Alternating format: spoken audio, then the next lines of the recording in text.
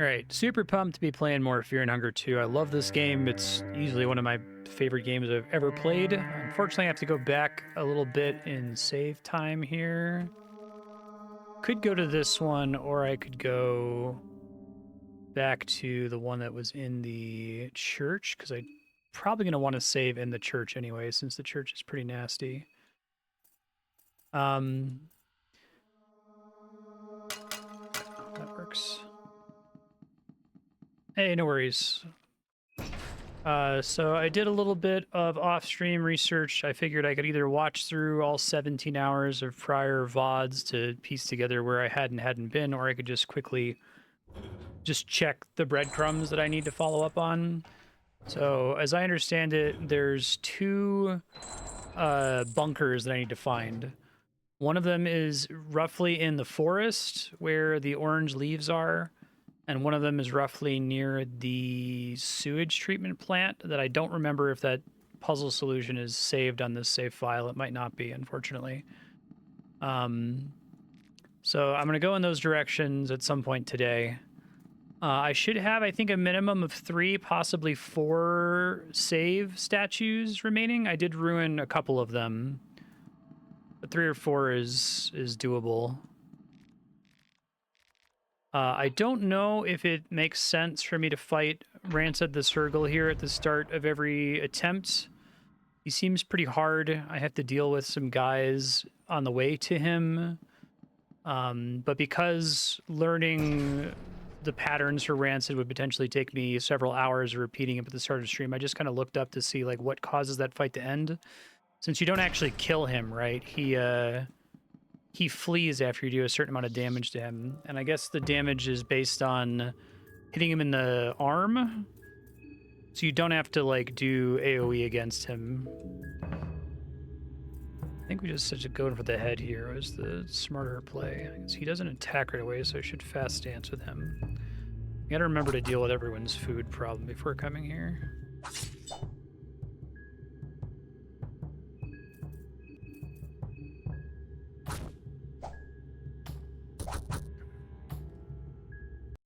Gets me that. Let's do food.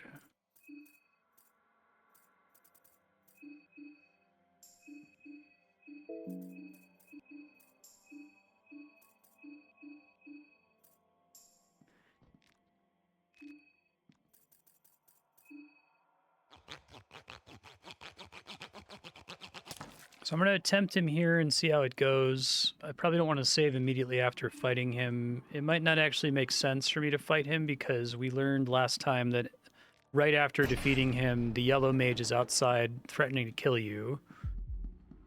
And I would like to recruit him. So if fighting him now is going to lock out my ability to recruit him, then I might not want to fight him at all. I'm not going to kill him fast enough to benefit from that anyway. But I think given that I have a minimum of 3 saves, maybe as many as 4 saves, not including the ones from Pocket Cat in the final area, I'm probably going to want to go do a bunker and then save, and then do another bunker and then save, and then figure out how I'm going to save the third save for later. I can't really cut that guy's head off, I recall.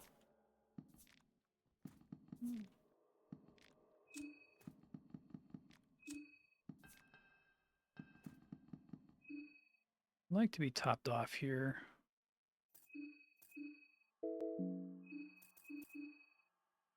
I would love to give her 1 point of agility, but that's unfortunately quite difficult to do.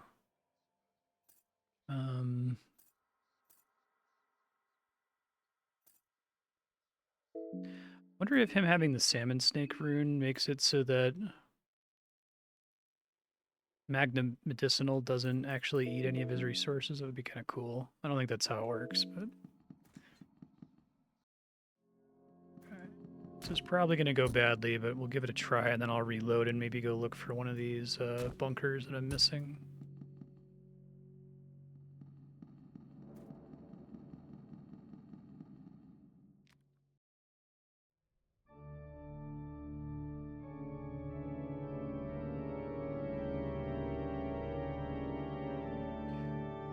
Do you know if I'm allowed to beat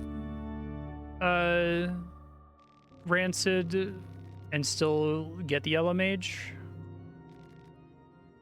I'm gonna take out one of his arms.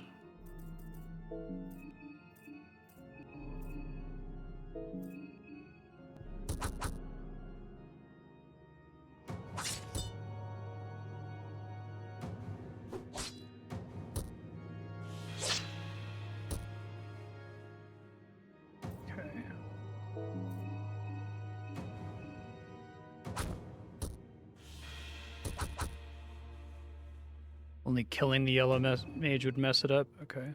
Let me see if one turn of Rev Up here is enough to kill it. A nice big crit. I have to do a different arm here. Ugh, you bastard. Okay. That's pretty achievable. And then I don't have to use all of my AoE fire damage abilities.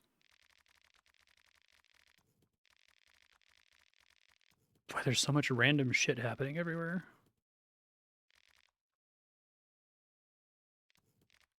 Dang, I've seen all that already.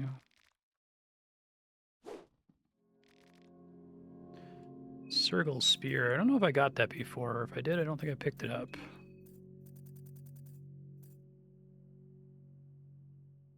It's a pretty big damage increase. Okay. Don't have my spells yet. The spells are outside this room, but I can't go outside this room until I recruit the Yellow Mage. So, which of the two tunnels are where I can get the Yellow Mage? Be careful using these on everybody here, but...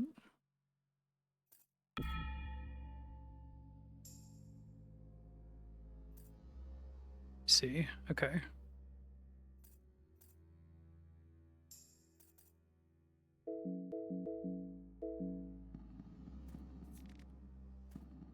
So I'll make sure what I might end up having to do is I might have to fight Rancid and then go to whichever one lets me recruit the Yellow Mage, and then as soon as I recruit him before finishing that dungeon, come back here in order to, I guess, save here and also use the Hexen to get access to the Sylvian healing.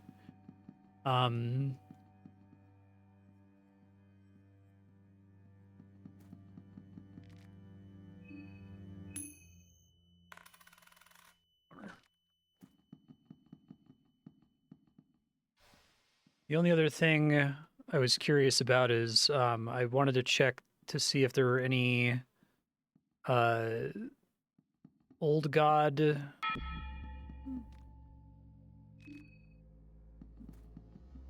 use my words here, old god circles that I hadn't interacted with, so I could try to get some more Sylvian affinity. And it said there's a pre-drawn one that I missed in the orphanage, but I'm not sure if the pre-drawn one gives me affinity if I interact with it, or if it's just like a lore thing to see it.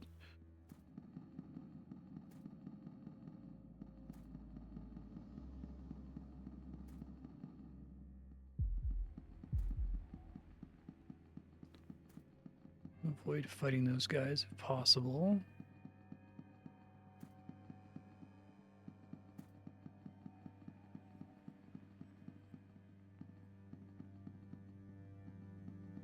I don't really know what their deal is.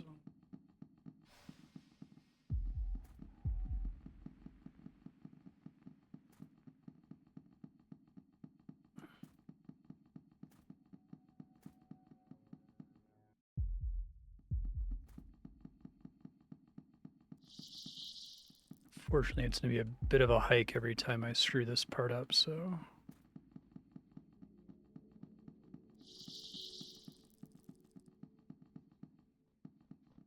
Things you can do with already drawn ones. Okay, gotcha. So then I need to draw one before I get to the Hexen, and I think the only one I have available to draw is the one by the abandoned shack. Everything else is used up.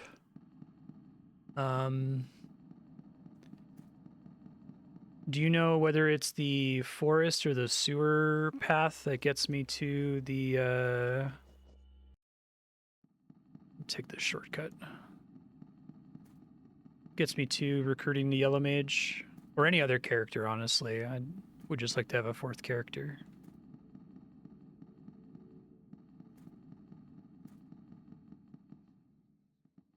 How many shillings do I have? Because I kind of want to get a third sanity item. 42.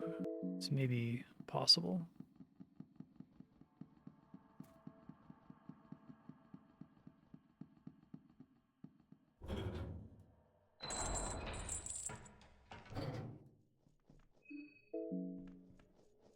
Yeah, it looks like it. This is before, because if I sleep one more time, I lose all my party members, right? At least that seemed to be the case before. This is near the sewer. I think I know how to get to the forest from here.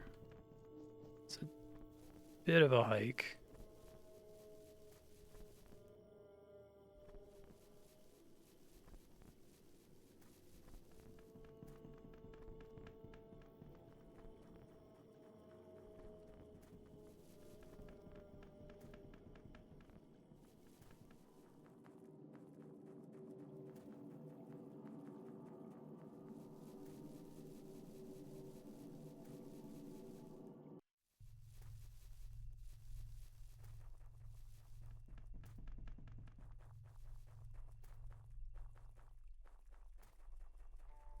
I guess if I'm going that way anyway, then I can hit up I can draw the Sylvian symbol. I'm mad I wasted the sigil in the train on this save. I don't know what I was thinking.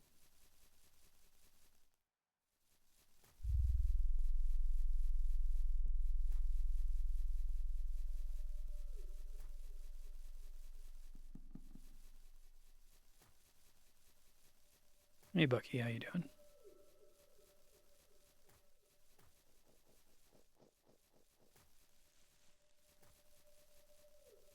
Confirm that I actually looted everything through here.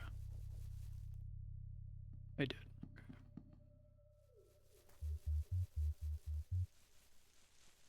I have a little bit of like fear of walking through these areas that I'm gonna like lose a party member because of Black Caleb leaving your party. You didn't have carrots. That's nice not to have to worry about that anymore.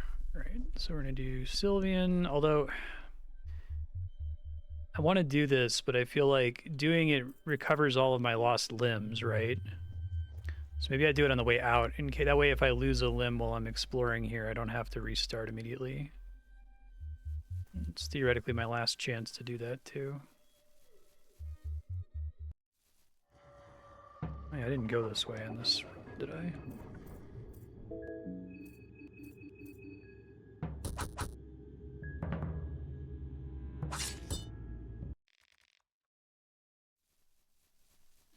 Yeah, I misread Analyze. It was when I was trying to figure out how can I get past Rancid the Circle without spending the first 2 hours of stream on it. It mentioned that it just makes a body part weak immediately. I thought it just told you weaknesses, like things you could learn through normal combat. I didn't realize it was an actual debuff, so... Okay, yeah, so that'd be good. So that means that with the priest, or like, I guess there's a handful of humanoid enemies where like one slight punch to the head is enough to kill them. Like this guy, actually. It does cost mind, but that's okay. My mind is kind of solved. Or I could just hit him, that's cool too. 10 shillings is great.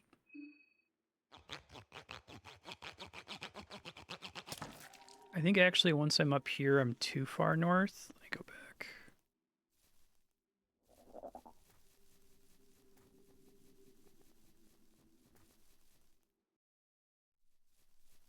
No, actually, it must be on this screen.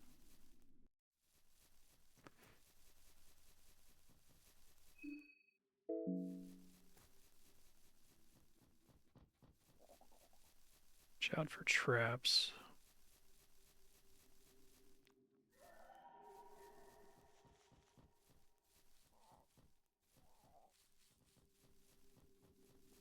This is what I missed? Okay, I can see why I missed it.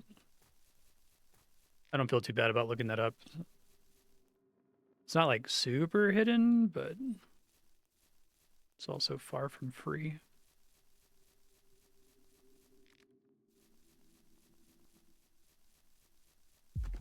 Oh, fuck.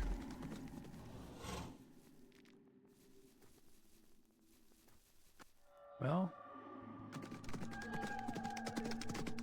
Doesn't seem like a friend. Centaur.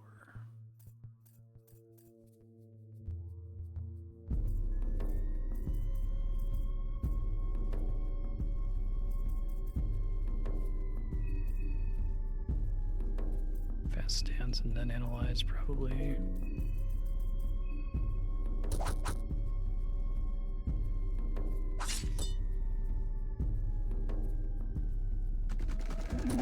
That's a lot of damage, Jesus.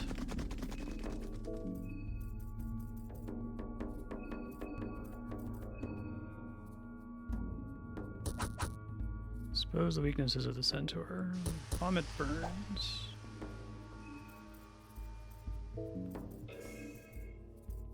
Just gonna hope I can do enough damage here to finish it off.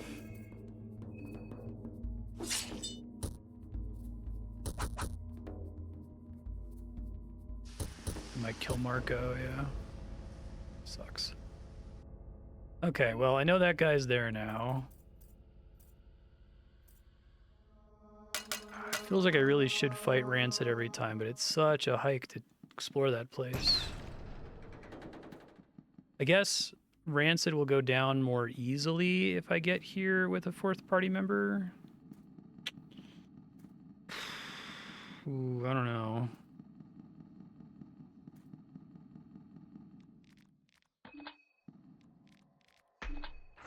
I really want to get the Sylvian ability to heal. I mean, I guess I could heal on my extra turn and get me out of one-shot range, but...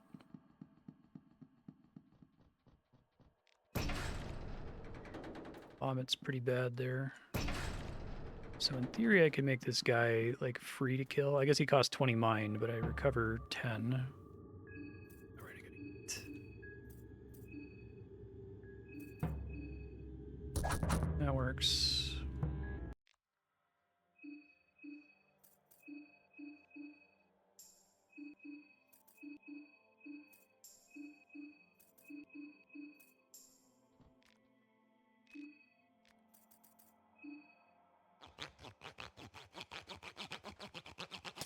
I at least remove some RNG from fighting Rancid. It was likely that I would just lose limbs or die to the priests previously. This guy seems pretty reliably killable before he does too much damage.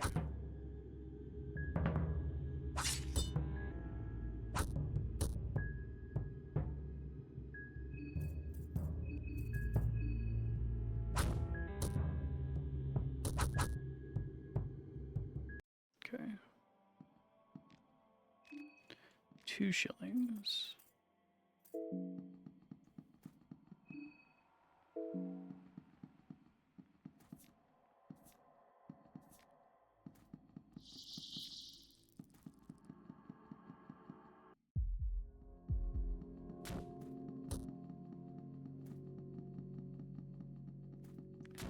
Decide if I want to analyze Rancid here. It's a pretty big cost.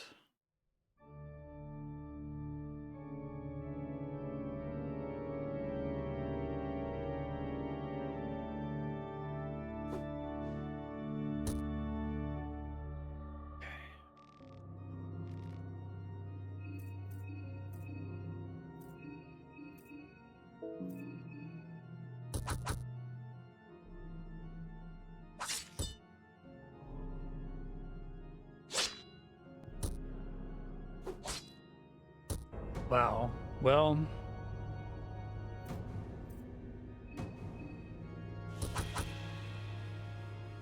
if you're really unlucky, that really sets me back here.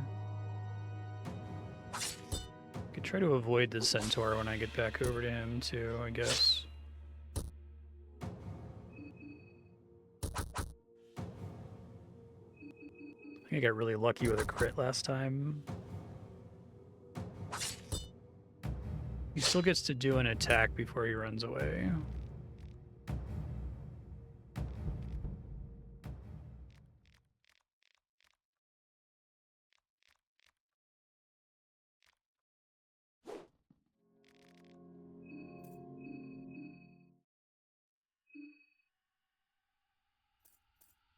Try it again.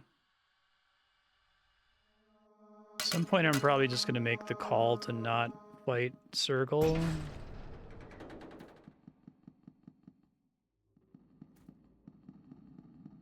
Or Rancid the Circle. No, I can beat him, though. So you're just, like, stacking a bunch of things requiring good luck.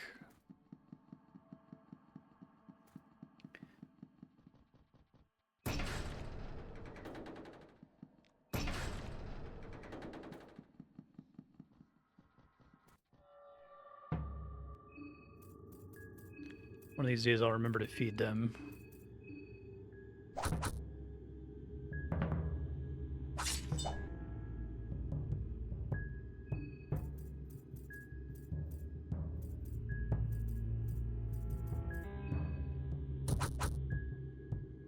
That's pretty good.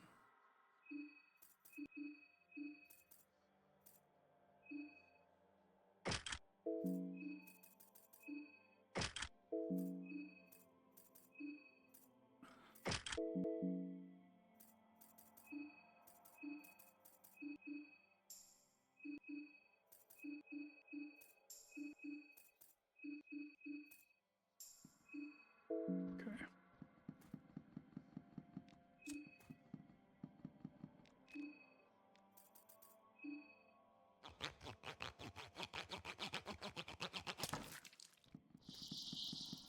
Yeah.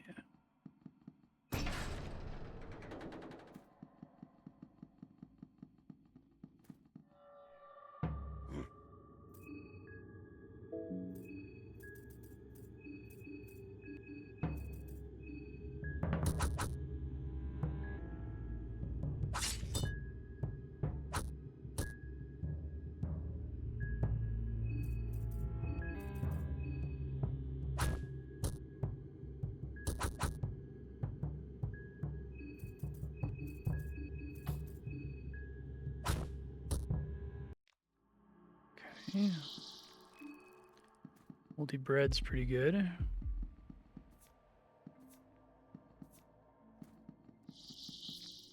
Pep pills.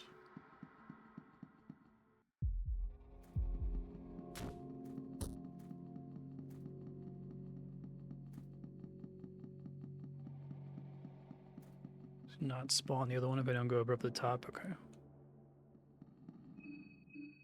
For fun. So pep pills and heroin don't show up in this list, do they? They just usables?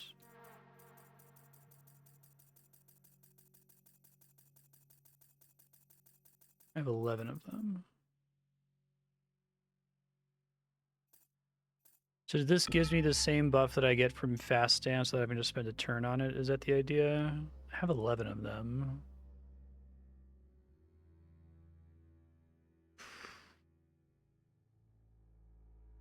I don't really need it for Marco. Just want to like reduce the RNG that I die in this fight. Okay, let's try it.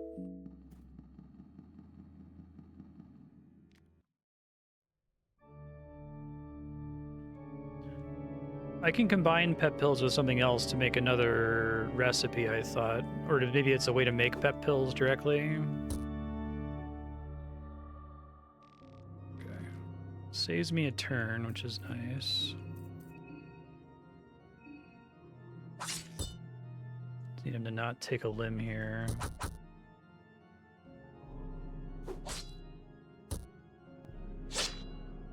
Nice miss.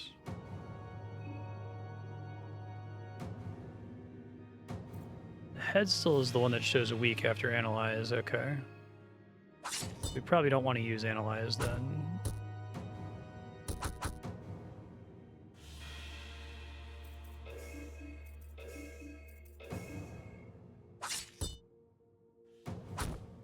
Ooh, that sucks.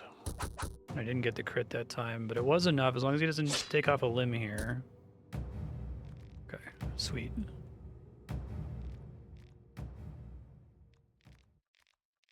Spending 2 of them is worth it, but it's better than spending what are like 9 murky vials or whatever I did the first time. Guess I'd rather her have... Oh, can she not use it? Circle sphere.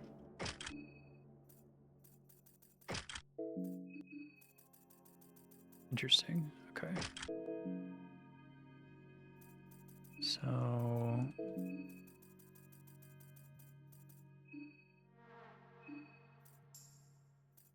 It sucks when he has got 50.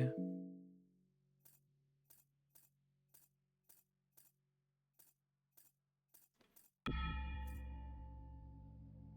might be someone at my door. I'm just listening. I have to go check in a second.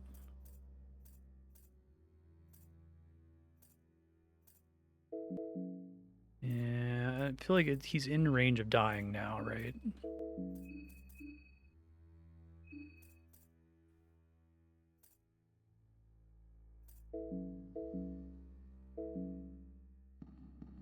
Yellow mage is the only option. Okay, thank you for confirming.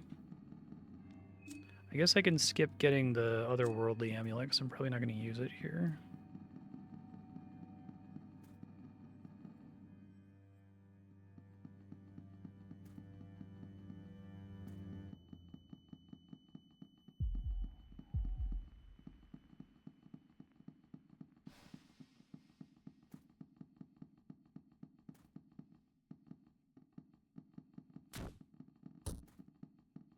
Earlier save, I had these guys stuck. It's amazing. I don't really want to fight him.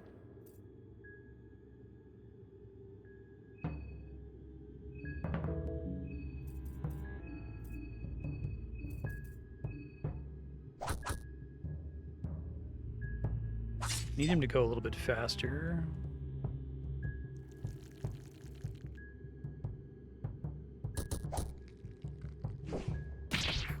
Jesus Christ.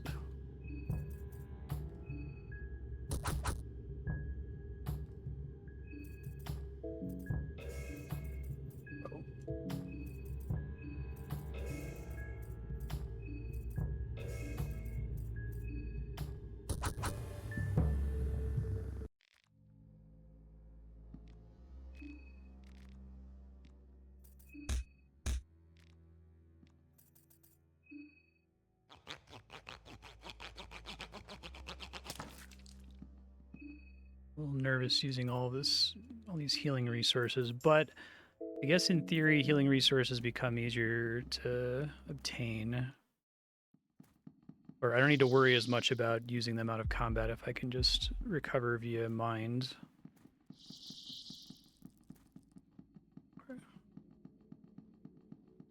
Thanks for double checking on the party members. So forest bunker it is. Maybe try to avoid the centaur.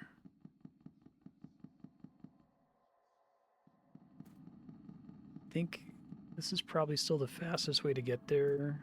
And I guess it unlocks the shortcut for the future, which is mildly helpful.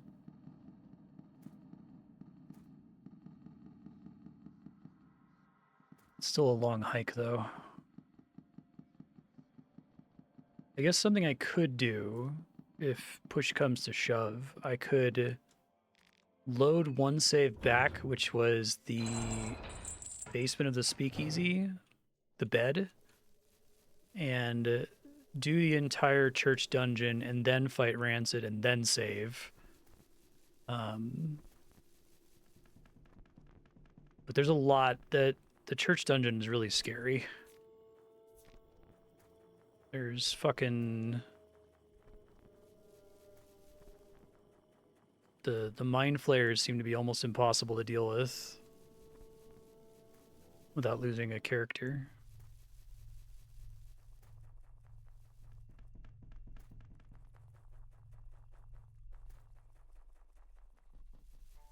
Still gonna leave the Sylvian drawing untouched for now. Get it on the way out of the forest, and it leaves me room to lose a limb while I'm in there. Might need to heal Dawn here.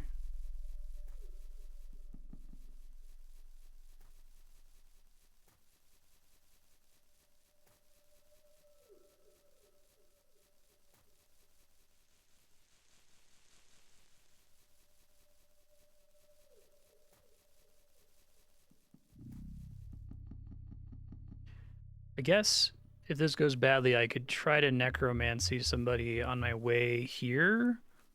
Because I know there's some moon scorched or like villagers over there that I could pick up. The problem is they would have to die in combat. I have to go out of my way to make sure they die before I can recruit the yellow mage, right?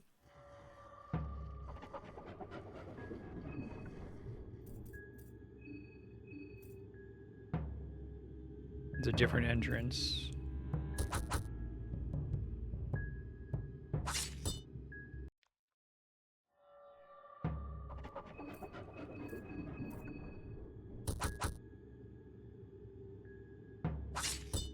Is the other entrance from the same screen, effectively?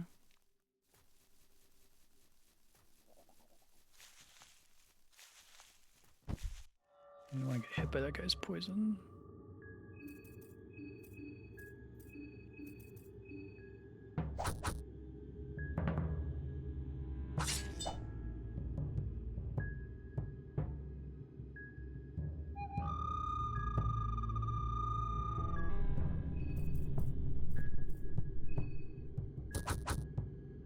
Okay, rid of his stand.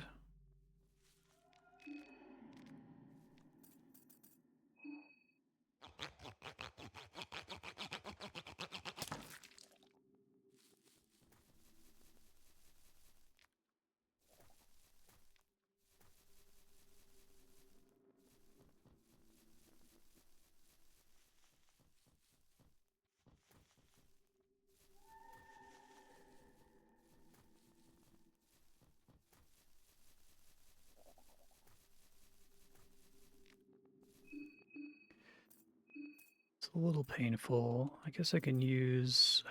No, it's not worth it. 2 blue herbs. It's a regular blue vial. Actually, maybe I can make that work for me. Hold on.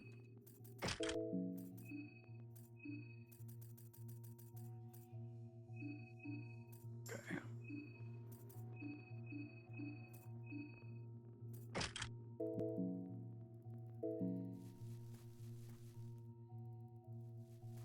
Was about to beat him, was the problem.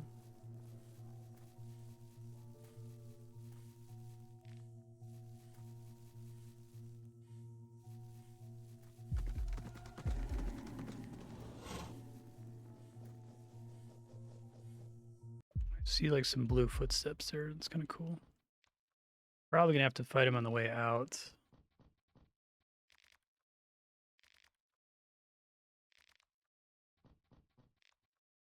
Although if I have a 4th party member, that should go a long way to helping. Creepy. You've seen her before, I think.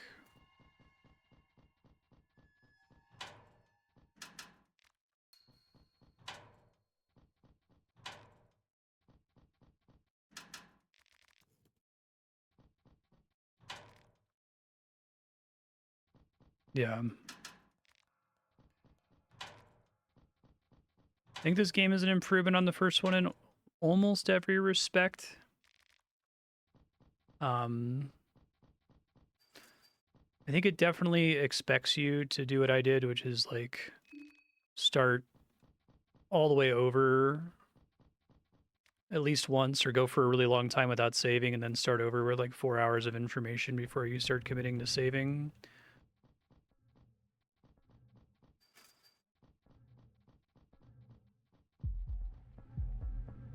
Gross.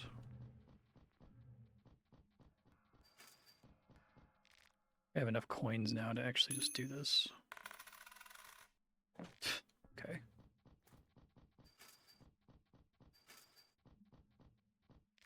Well, that's fun.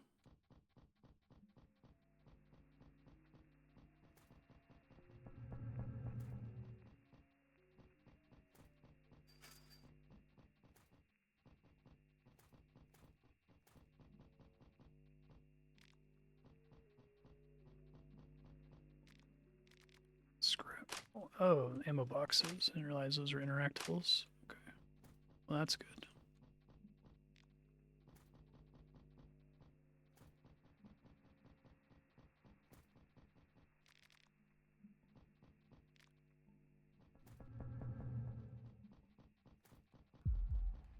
Seems like the most sanitary place to do that, you guys. Seem fun. I'm learning about the layout of this place, which is nice.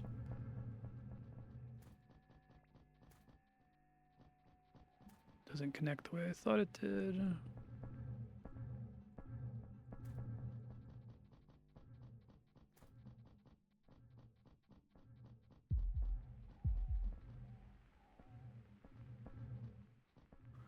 I don't have a lot of room to juke this guy, but he is very slow.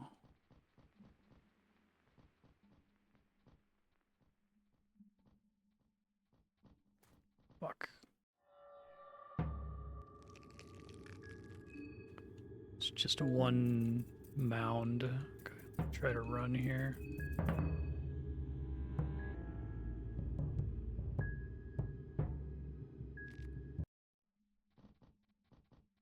Oh god, they're both here.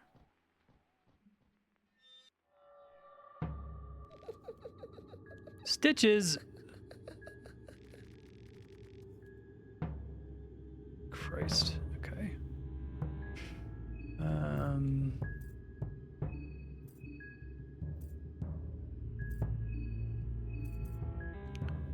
Like I probably need to invest in fast stance now. In that case, let me try to disable her a little bit here.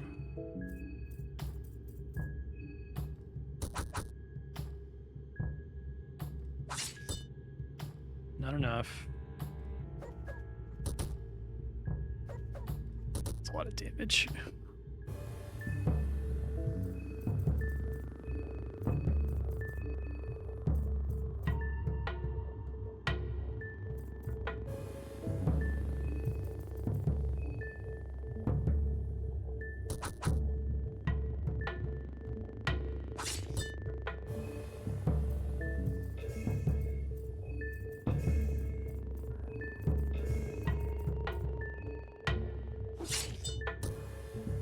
That's pretty good. Lesson learned. Take her out without too much trouble.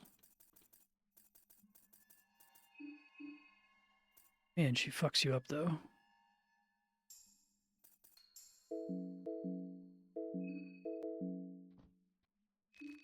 Two pep pills. That's pretty good.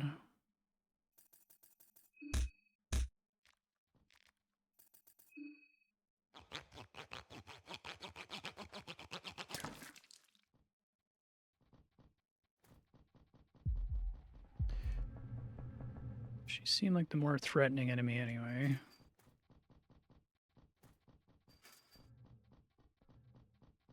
More gas canisters.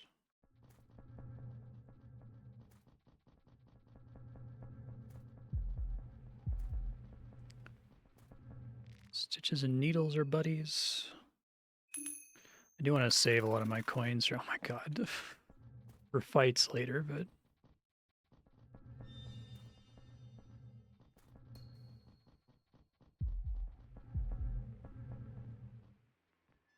I can run past it.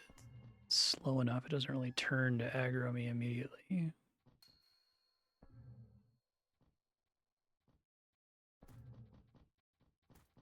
Okay. Actually, kind of easy to juke.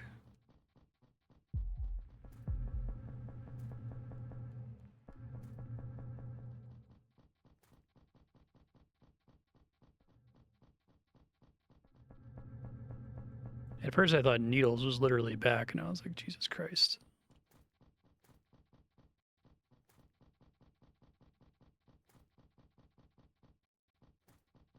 Okay, well, there's a box down there in the southeast that serves as a shortcut if I can get there. Box is not a shortcut.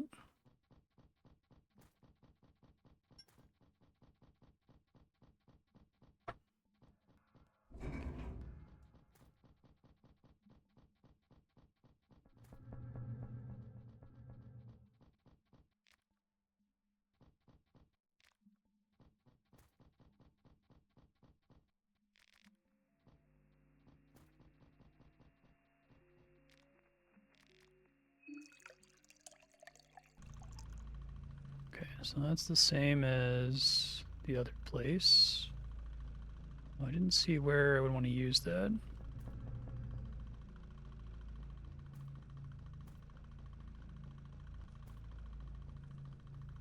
How are you guys doing?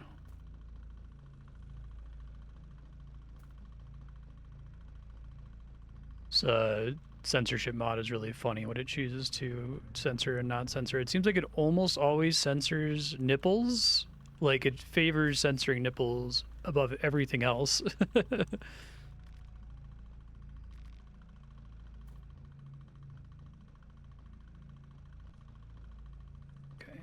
no way to get up there. That's where Stitches was.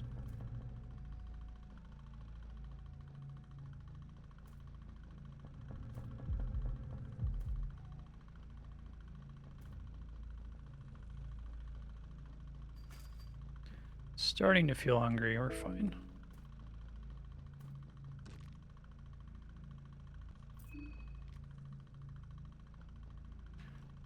Hopefully I don't have to force this open. Thought turning on the power would do it. Oh, nice. Cool. Circle spear. Doing me favors. I guess that's just a shortcut, though, because I could have come back around here. Okay. All right. Hopefully the elephant's not down here.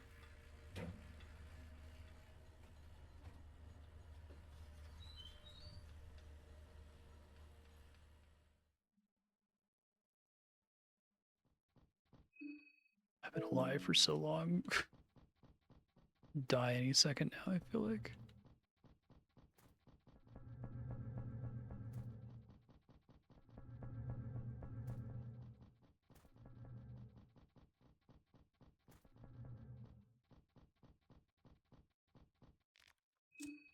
Books. Bookshelves are like the most exciting thing in the game, and they give me shit. Bench grinder. Okay. Can I make anything with the bench grinder? No.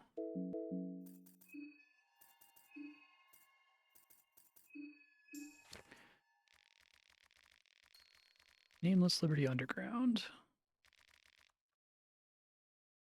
Yeah, like the speakeasy.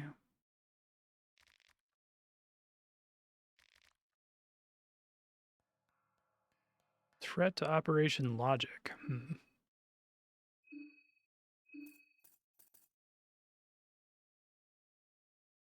Very heavy. You wonder if it's worth carrying around.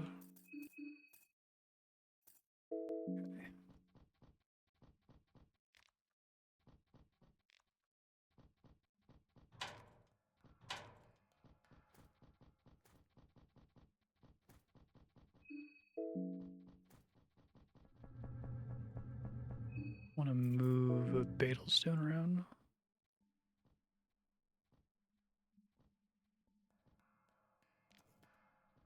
Hey, man.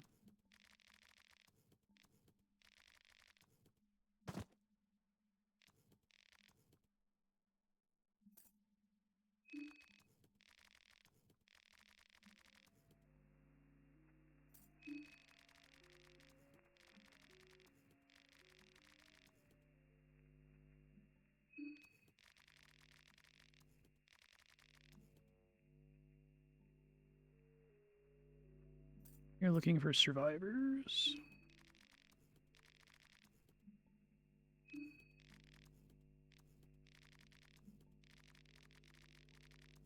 Great.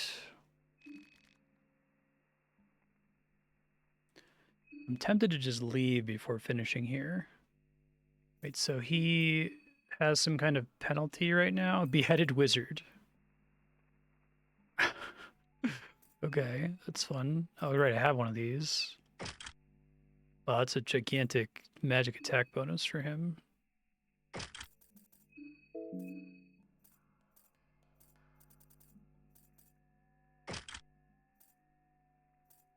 What's the yellow thing on him?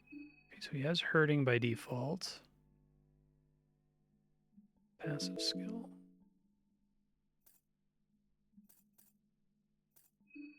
Like a way to talk to him. Doing all right.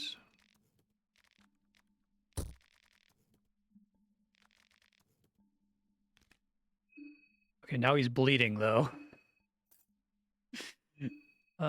Video games.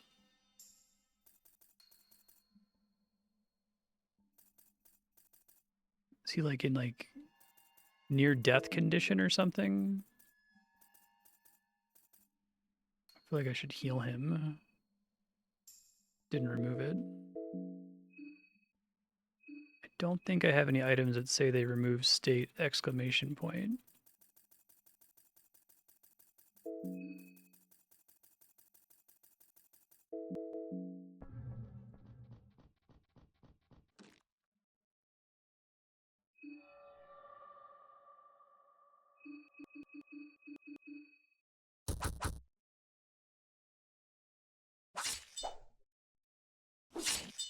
Does he just count as poisoned or something? Is that what's going on? Oh, it wore off. Okay. Bone saw. Another bone saw. Sea ration's good. God, I really hope I make it out of here alive to save. Stakes are pretty high. At least I know how to recruit him. I didn't fuck that up.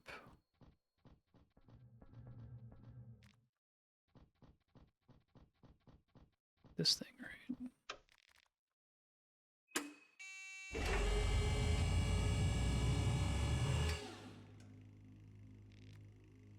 Oh, that means so it only affects him for one turn. So I should probably do the party talk more often.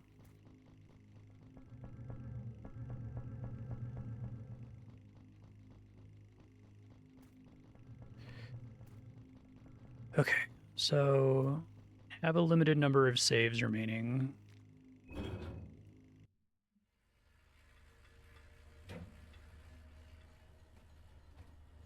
It's tempting to go do the one near the Hexen table, but might not. Don's getting kind of low. Make sure he doesn't get too low here.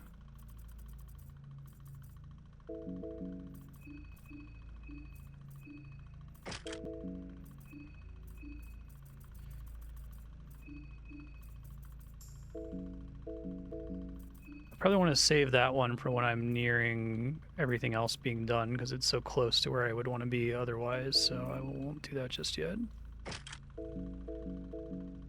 Tends to not do anything. Okay, gotcha.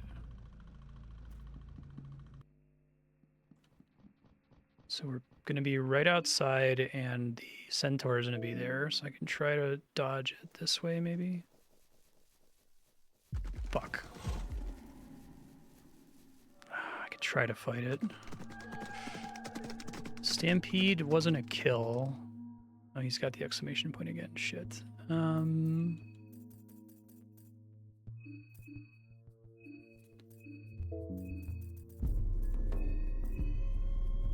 Need a rev point for that.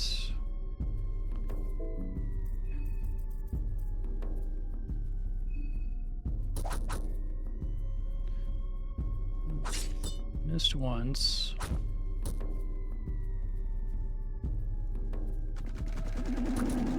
God, that's so much damage. Jesus Christ. Okay, so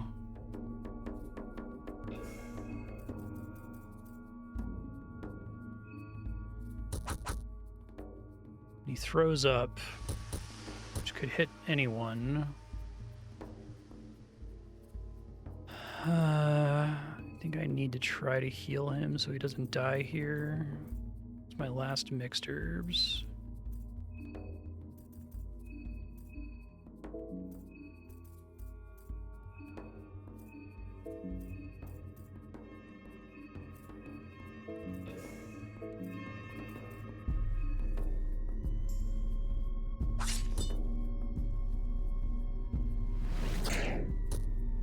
Not as much damage as I was hoping for there, but vomit burns. Okay. It could have been much worse. Where's poison? Just regular green herbs? No, it has to be the... Or I guess white vials will remove it too. But I should use a mixed herb. I guess that removes a bunch of stuff all at once. I've got tons of these. Let's just do these. Okay, so I gotta chill and decide where I'm gonna go to save. So let me review my text file. Saves are the speakeasy, the second floor of the bookstore, the Hexen table house near the museum, possibly the two-story house. I guess I could go check the two-story house. Just trying to think of like what's shit that could spawn and kill me, right? Beating a dead horse produces no results. Should give me 2 heads for this, right?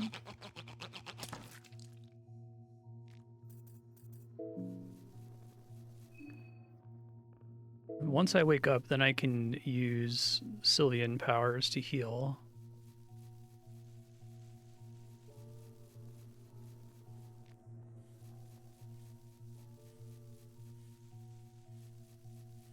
I guess I could try to go to the Hexen table also.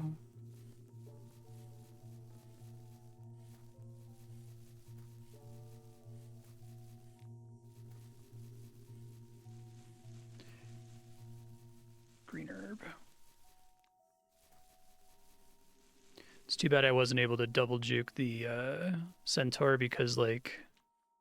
Oh, red herbs, nice. I didn't even see those on my way in. I have no reason to come back here ever, right? So it being dead isn't really a huge boon for me.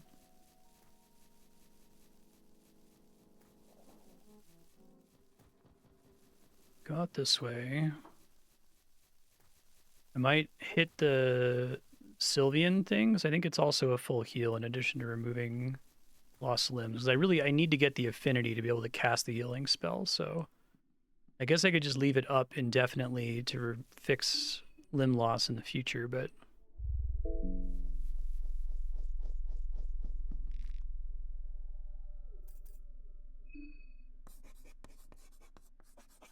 just gonna do it. Could have saved before doing that, but okay.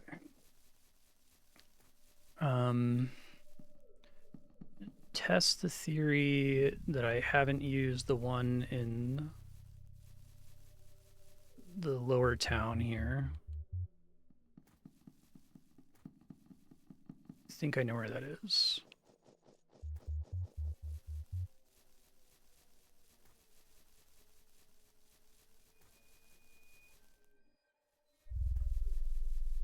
I think I want to get another Beetle ring to remember where that shop is. I think I can get there. Okay, so I think it's like down here near, there's like a bloody tower. Might just be this basement. Yeah, okay, cool. So I didn't use that one. Fantastic. That was the one that we weren't sure about. So let's definitely save. Let me, like, deal with people's hunger first so I'm not doing it immediately after loading every time, which has been a fuck up I've committed throughout the whole game.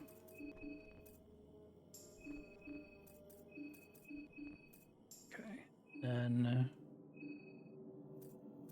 anything else about their current equipment seems completely fine to me. Tempted to give him some makeshift armor, reduces magic attack. reduces. I'll roll with what I got.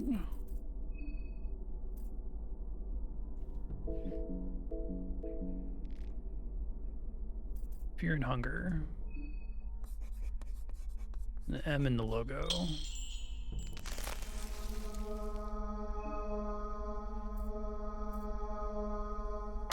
Okay, beautiful.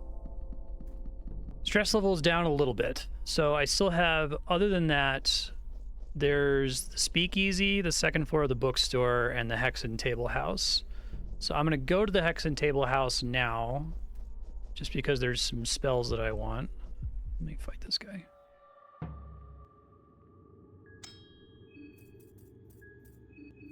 He sets the trap in the path.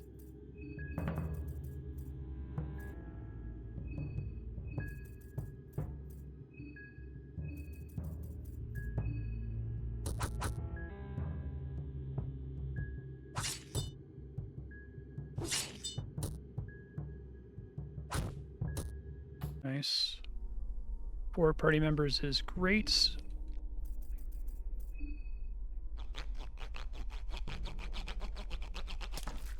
I think on a previous run I killed the pig head thing. Alright, so tempting to go through the city a little bit. I know where the church is.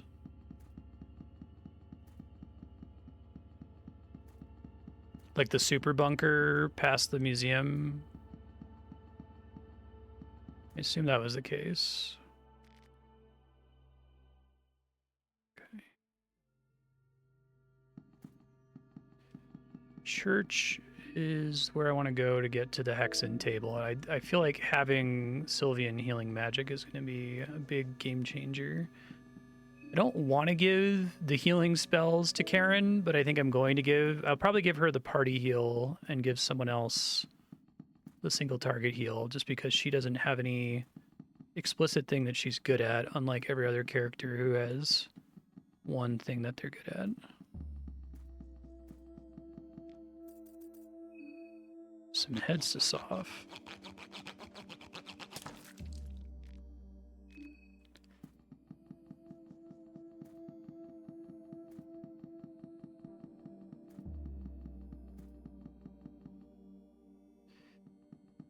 There was technically a place to offer up heads in the church basement. I forget, was it in the immediate area where the mind flayers mainly are, or is it in the more northern, safer area, right where you go down the chandelier?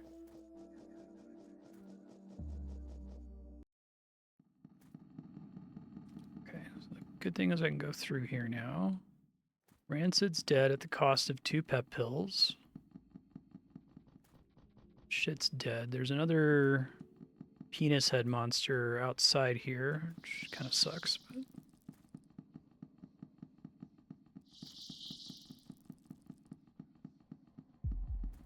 Okay.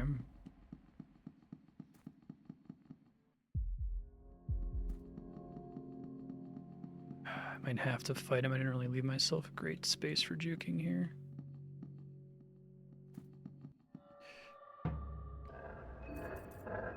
He did a lot of damage before, which sucked.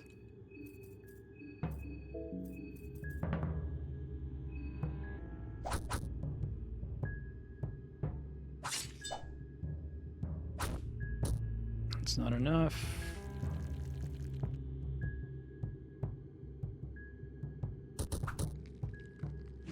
One of those missed at least, so that's good.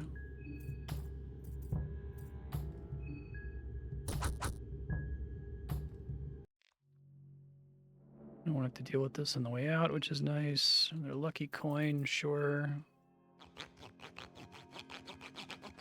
Safest one's probably in the old town then.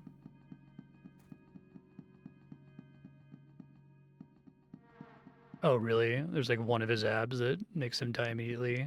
That's cool. Like a little weak point.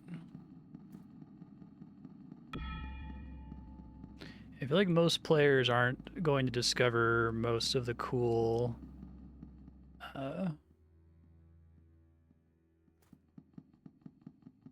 secret ways to kill stuff. But if you find one, it's like huge progression information, right? Like recontextualizes every run after that. If I get 2 tails again, I swear to God. Okay, well.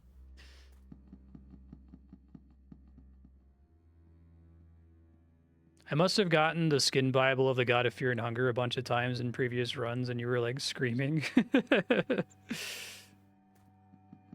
That's really important. It's like,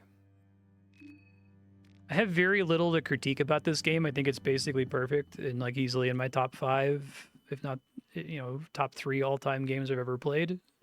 I really mean that. It's not just recency bias. But my one thing that I think I would critique is I think the game should tell you about the Fear and Hunger book.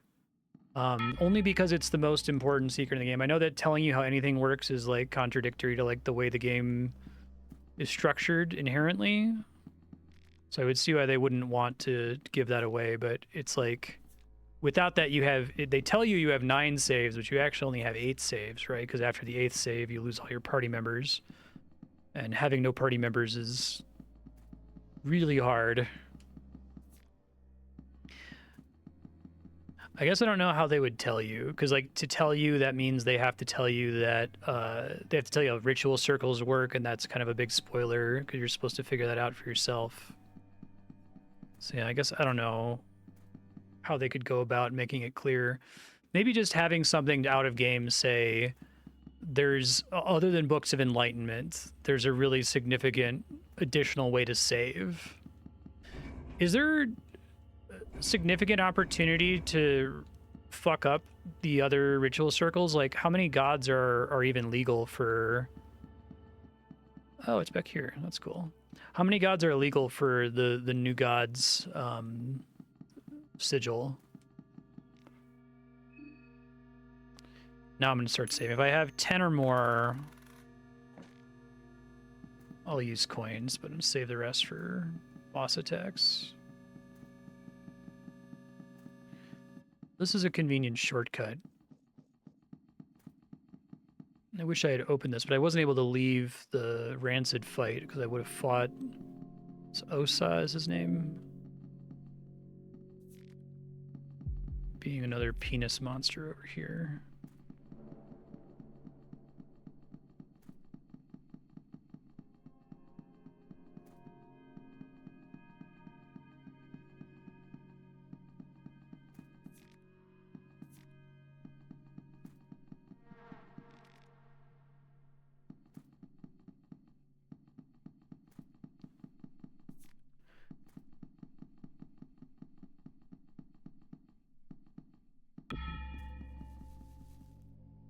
Bell keeps jump scaring me.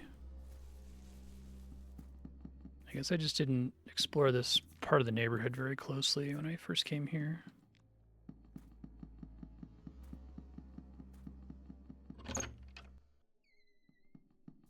Donovan's house.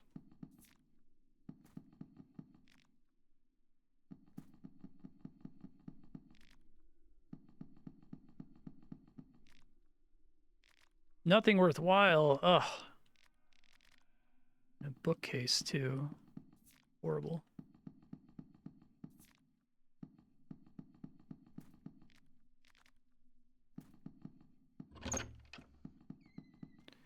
Well, you're not even sure what you're looking at. Fear and Hunger tagline. To use perfection. Bremen gas mask, interesting. Oh, is that a accessory? Defense up.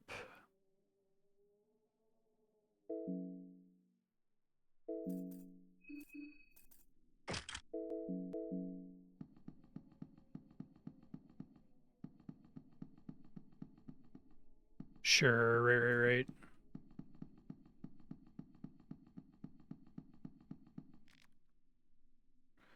Alright, this will be another save, probably the last one I use. It's tempting to leave those unopened so that whenever I load the save, I get whatever's in there, but...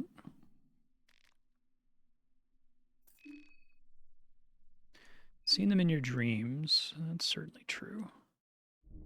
Okay, so pheromones is someone who's tanking, right? So I could give that to Marco and then have him use Bob and Weave. Bob and Weave turn 1, pheromones turn 2, so I'm not drawing aggro before I can do something about it. And then one of these was heal everybody. I think it was healing whispers is heal everyone. So single target heal. Let's do Osa. I'm probably going to give him the other Beetle Ring for most combats. Healing Whispers, we can do Karen. And can I do this agility up because I have more Fury and Hunger? Okay, I have to put points into stuff first. Rot, I want to know what it does before I take it. I guess if it means if I die, then I can learn something later. So why don't we give it to Osa? I want to give the agility to Karen because she already has a small things amulet. So I would let her act more in the majority of combats. Mastery over vermin. Okay, it's not a thing. Flesh puppetry. And reveal aura I don't think is really helpful to me. I could probably give hurting to someone just to give it to someone, you know? Magic defense +1. I feel like I put it on my main character just because I game over if he dies, but if I'm like on the final boss or something.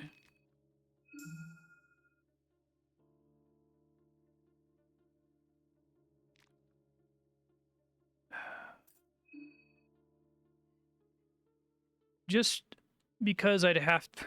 What does flesh puppetry do? If you want to just go ahead and tell me, that's okay. So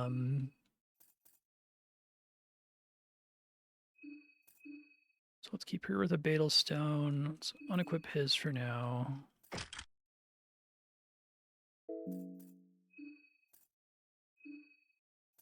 Okay.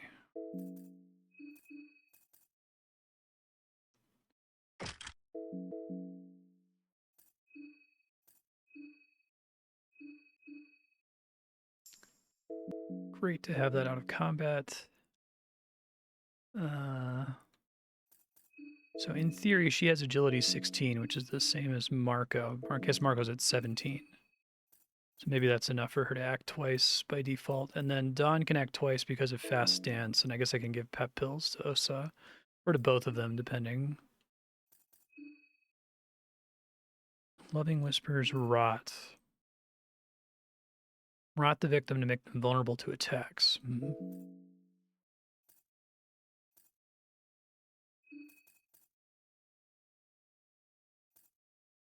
Gain the ability to talk to those who are often left unseen. That's interesting.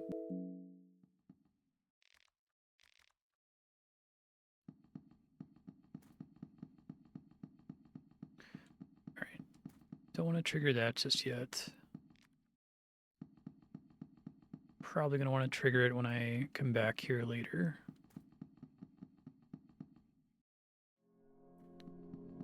Could turn in the heads one more time, but I would need to get more affinity, really.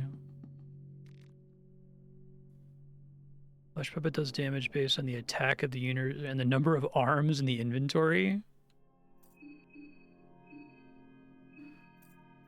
That's extremely funny. I think I just got an arm. Oh, body bag, 7 arms. Does it like consume an arm whenever you use it?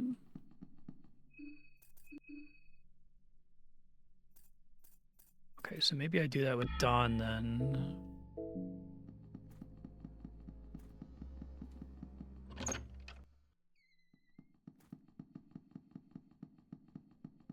That's pretty awesome. It's appropriate for the doctor. Okay. I could teach hurting to like one other person, but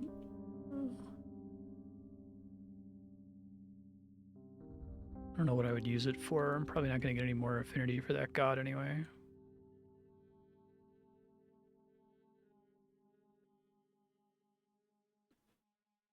Mind capacity plus 25 sounds great.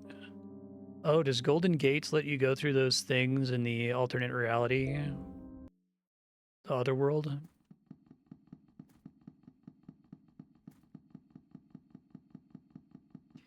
All right, so what I want to think about, do I want to explore the museum now? Because the museum is pretty safe to explore for a shitload of loot. I might not want to.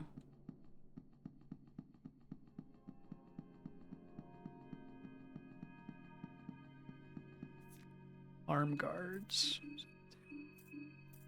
Prevent serious injuries. Well,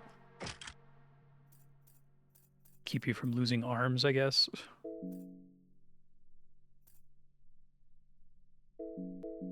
Oh, that's cool.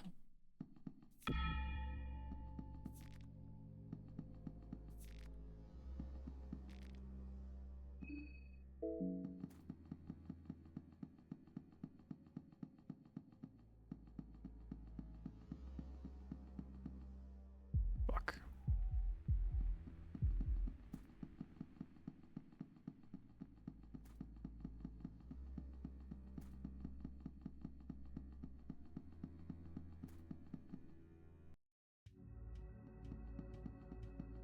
Gives me a shortcut here. That would be nice because I kind of want to be here. Oh wow, free Stone. Holy shit. Ooh. Oh, I want to save that so bad. Fuck. I need to do more than just get an item though.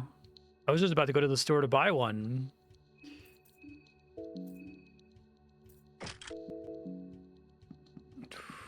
Fuck. Something suspicious about that bastard. Yeah, I know, right? I get 3 more saves. One's in the speakeasy, one's in bookstore floor 2. One is... Oh shit. She just leave my party.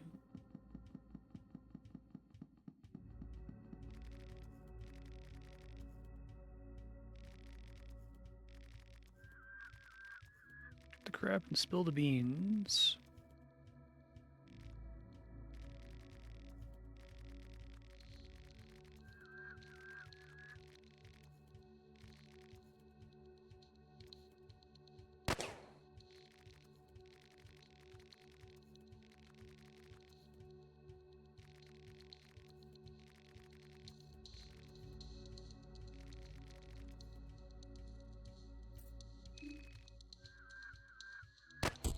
Shit.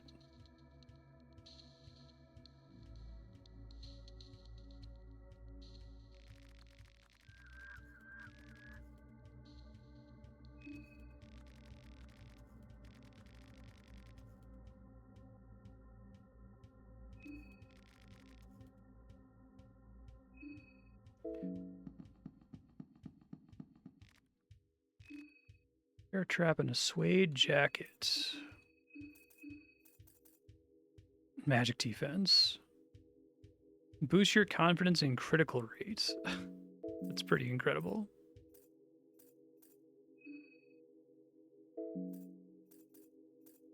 He's probably the most important one to crit. Seems dead to me. Don't know what else to say.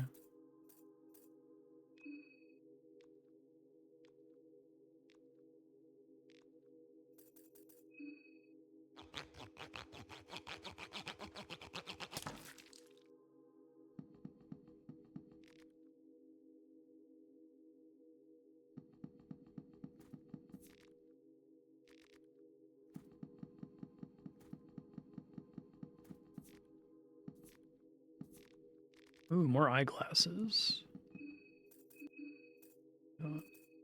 Proves accuracy is really good. I don't know that I can... I guess I can get rid of the ballistic shield. I think the best defense is a good offense in this game. You want stuff to die before it can hurt you. If you're tanking damage, you're losing.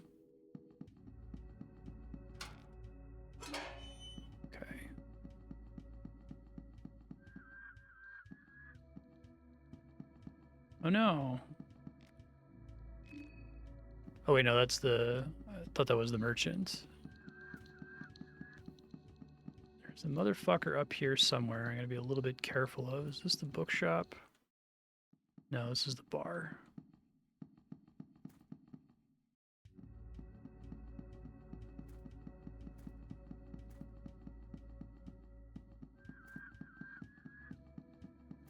One sec, sorry. Just missing a notification over here.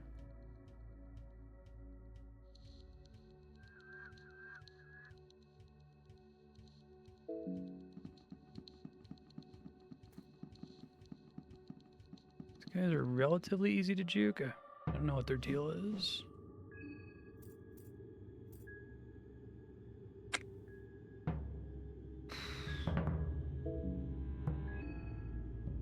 Suck to die here, not knowing what I'm doing, but...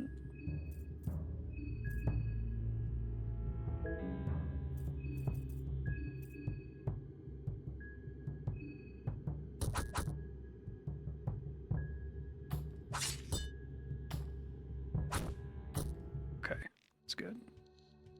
Didn't even need to use Analyze. Got hit by the other one, though.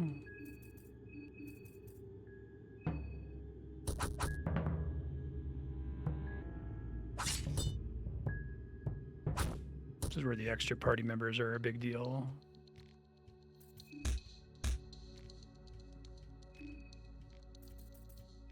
No distinct head to saw off.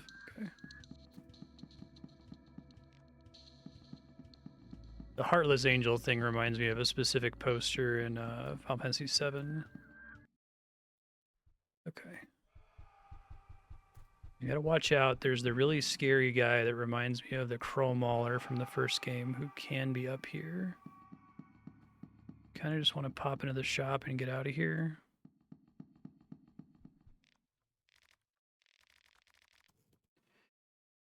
So the temptation is to buy another Beetle Stone.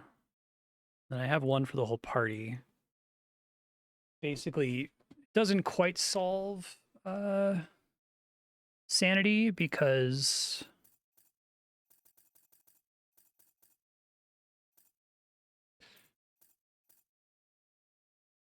is there any other way for me to increase party members' agility other than getting multiple copies of the Small Things Amulet? Because one Small Things Amulet isn't enough for them to act twice against most enemies.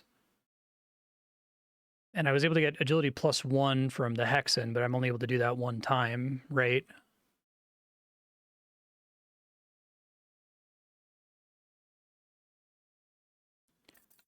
I think I'm gonna take it.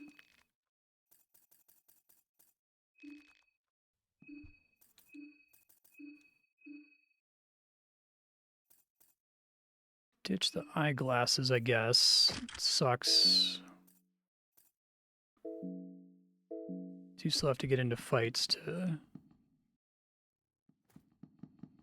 If you get into fights that last longer than one round, so we have to risk taking damage to get the mine recovery, but...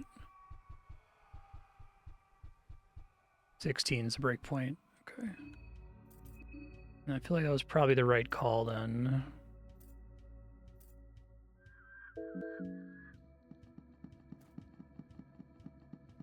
So we gotta get to the sewer. I probably feel comfortable saving after finishing up in the sewer. That's the speakeasy. It's so tempting to just keep that I have 4 of them, you know?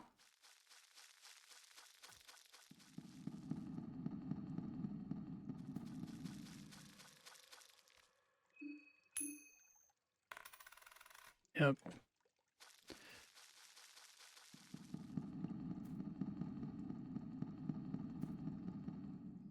Western End, I don't think we want.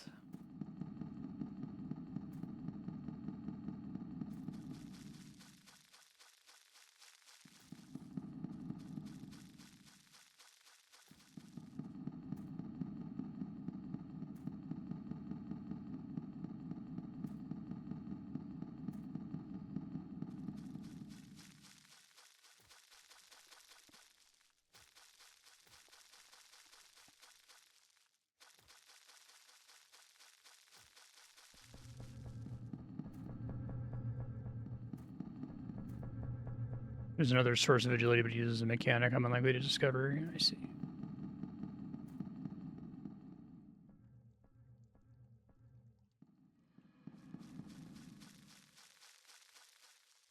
I feel like this is near the... Oh, this might be it.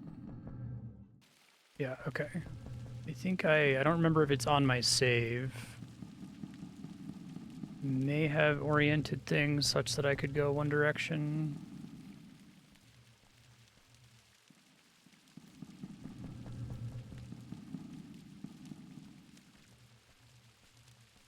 It'd be great to have a Book of Enlightenment right now.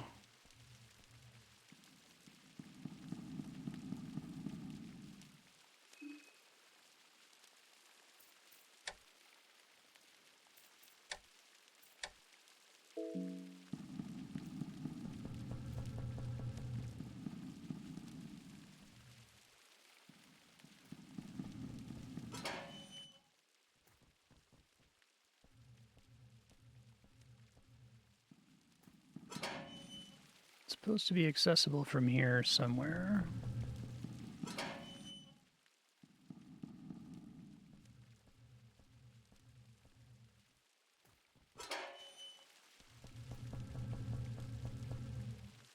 Okay, so that's just a way to go around. So if we toggle the one on the right side, maybe?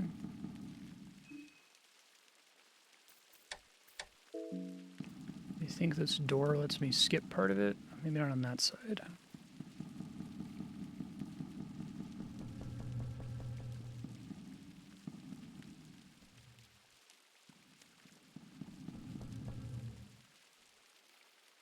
I think I want to get up in the top right corner.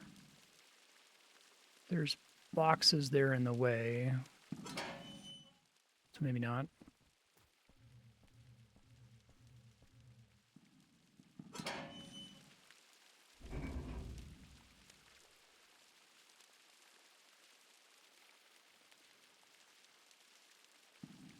You can't, like, permanently get stuck up here, can you? By pushing the boxes in a stupid way. Probably need to feed people soon.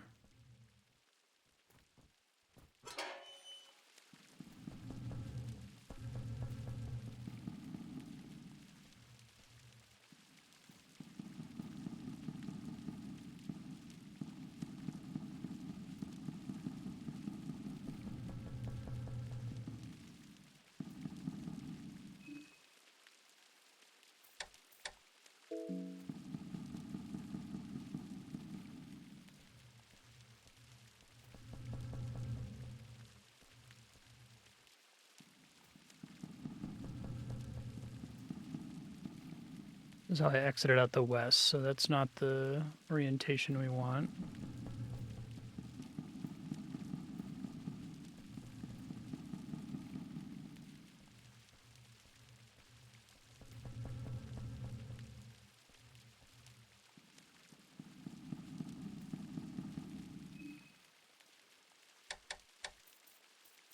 Had to have at least one on both sides, if I recall correctly.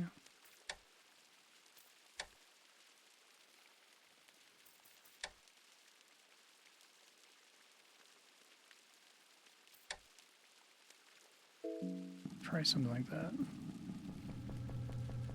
You just try every combination at some point.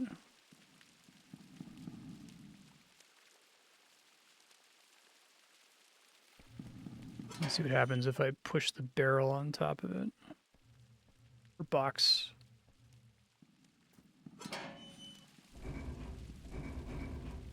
Thing.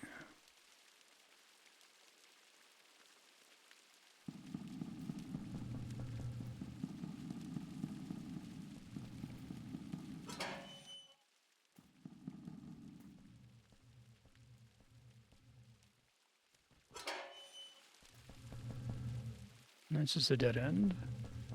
Yeah, because I can't pull the boxes, right? I'm just worried that I've already placed them in a way that's going to keep me from progressing somehow.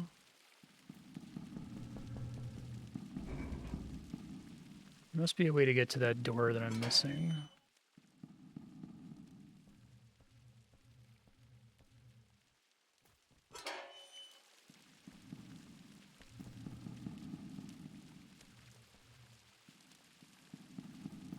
puzzle's still solvable. Okay.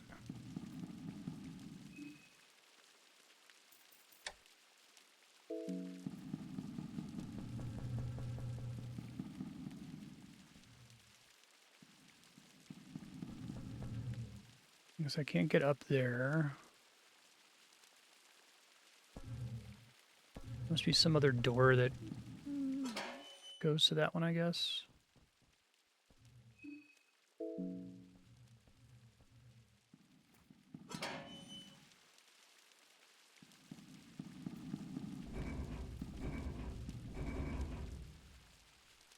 Hopefully we're still fine.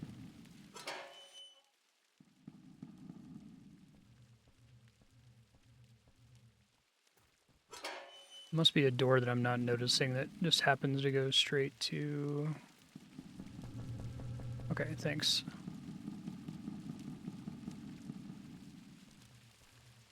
I guess this ladder being where it is a result of a change that I made.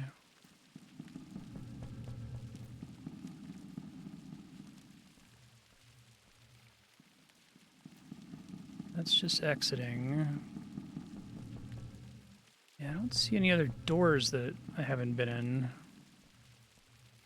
I feel extremely stupid here. I feel like I need to like draw out a map of this place.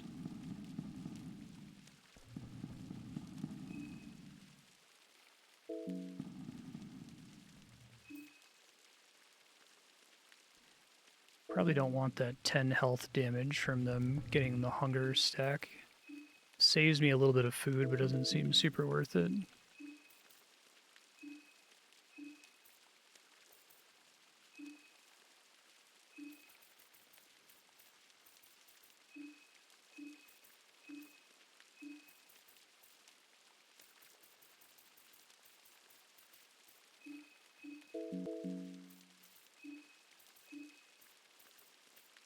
To review what doesn't go into cooked food: egg, dried meat, wheat flour, turnip, carrot, wheat flour, dried meat, potato, paprika, penny bun.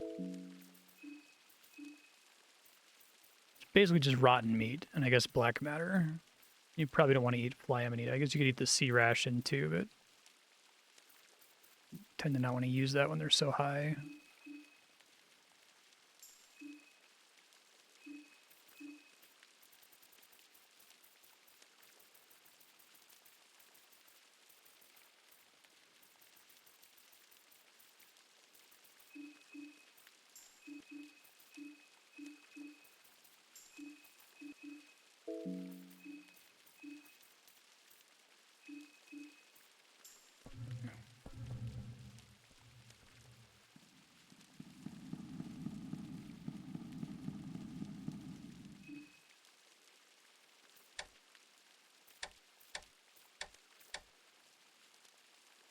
There's got to be some door up there that I'm...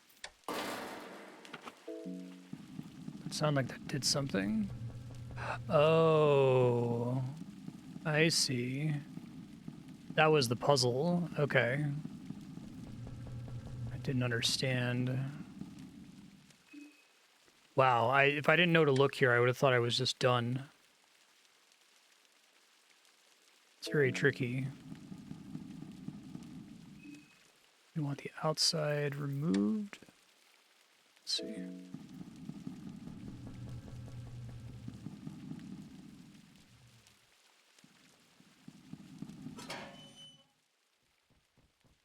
The idea is that I dropped the bridge, basically, or water came down and it made the box fall out of the way. Gotcha. Now this feels like this is a secret.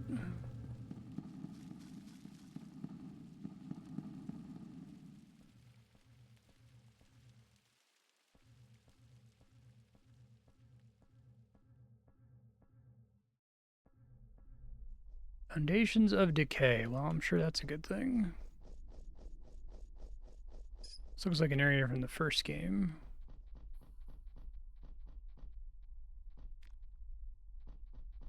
Good and normal.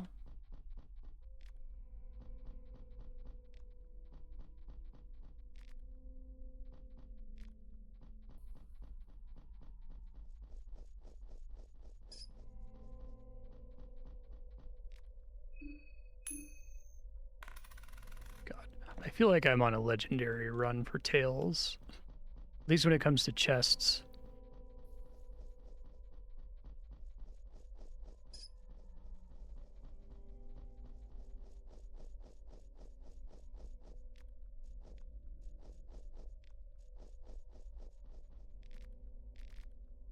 Vodka and 5 blue vials. That's pretty fucking amazing. Pretty pleased with that.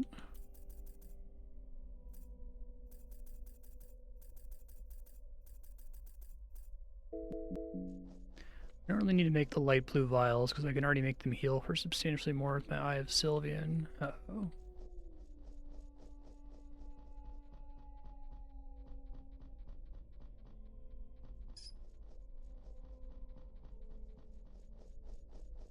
Butterfly seems to be a clue. Was there a butterfly leading me to that door in the sewer earlier? Uh-oh.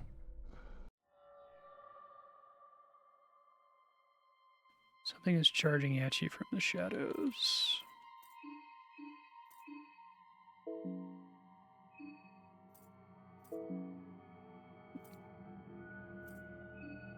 Oh, everyone's mind situation's not great right now.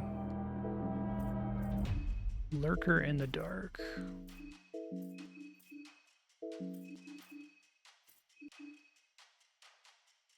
It's pretty cool. Okay, target from back here. It's pretty spooky. Turn this on to benefit from my bob and weave.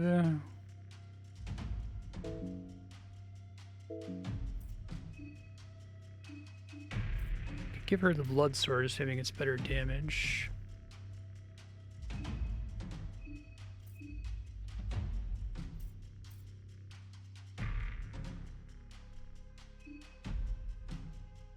Creature's too far to analyze properly.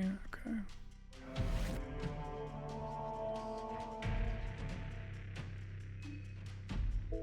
That means I can't attack it either.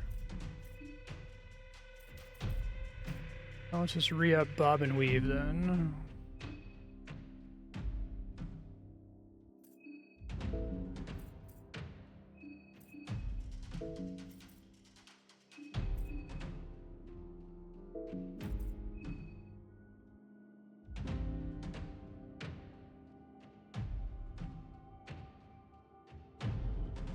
Oh, is this the dog thing from the first game?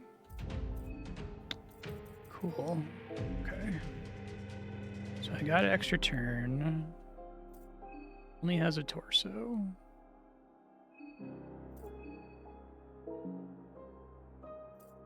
Most people's first party member? Oh, wow. I didn't realize it was a party member.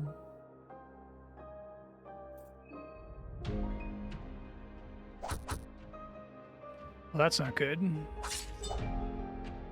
Maybe it was just on the extra turn that I wasn't allowed to land hits there.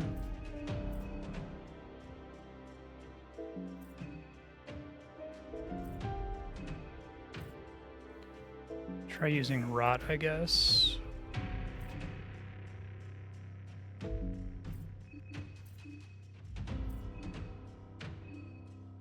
Beast has no obvious weakness. Ooh, still not doing damage. I love the little hands. It's cute. Whoa. Art looks great. Oh, I love the hands. That's sick as hell. Okay. Okay. So we got a lot going on here.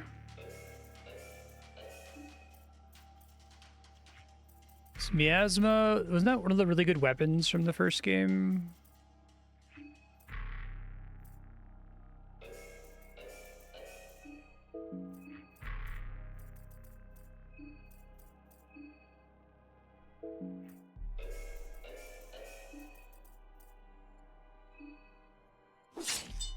It's pretty cool. A lot of damage. Okay.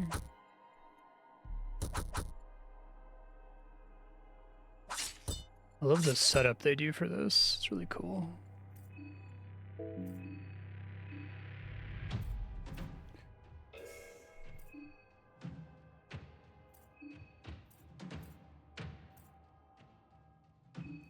don't know if analyze was possible before it cut out here.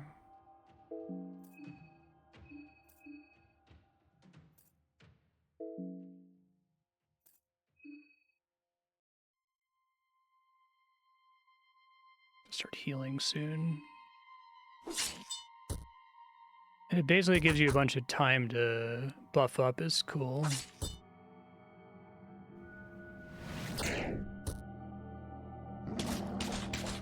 Ooh, look at that bob and weave. Pick up black steel. Oh, sweet. Can you all? Is it also possible to pick up miasma? Okay, extra turn. To re-up bob and weave yet.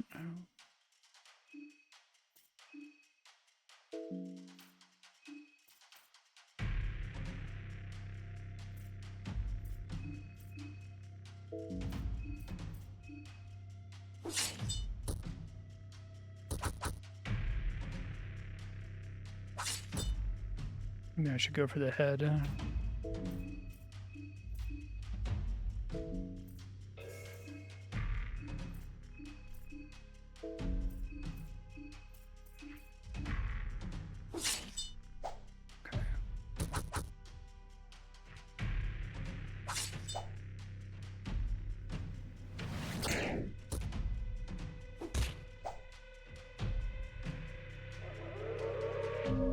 Whew.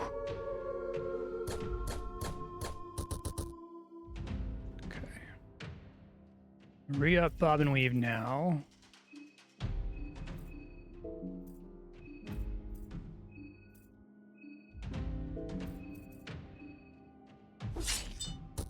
Okay.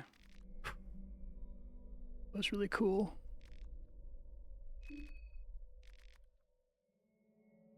Or how much you pull, it doesn't budge. There's black steel. Prone to critical hits. Black steel of the east. Sick.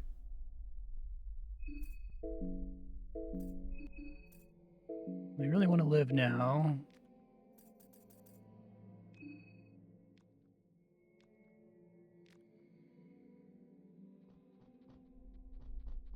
That was really cool. It's a big dog.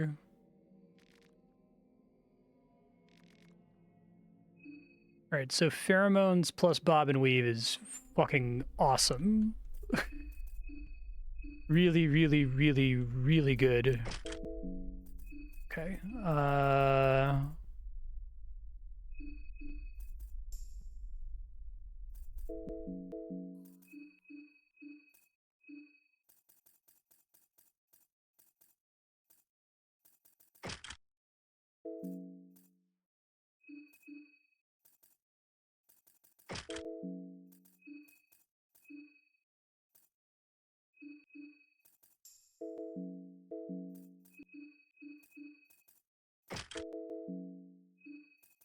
He doesn't really get a better weapon now, does he? Maybe the Kasara? I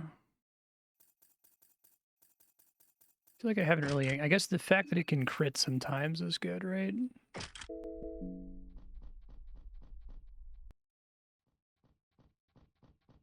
No, the wall is closing in on you.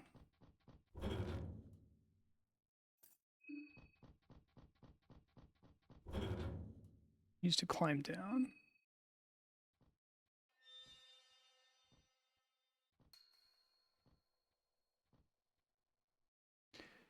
I feel like this game is really great about not being excessive and like calling back to the first game.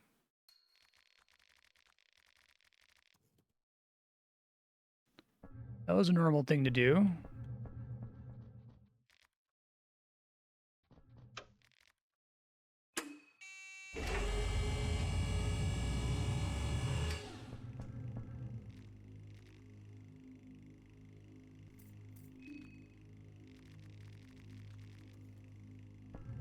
It's a salary man.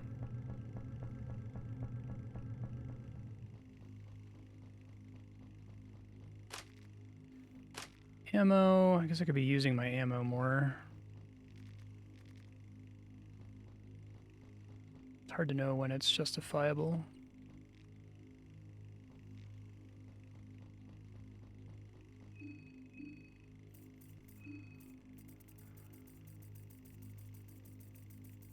Okay, so it would be really fantastic if I can save again.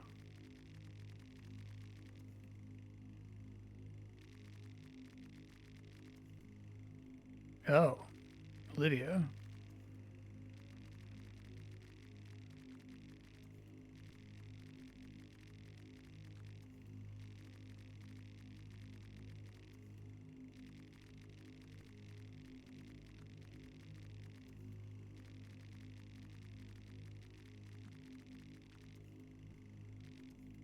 Hmm.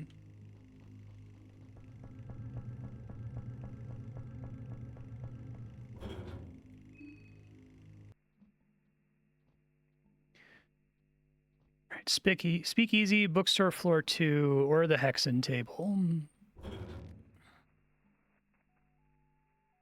Probably try to do the Speakeasy.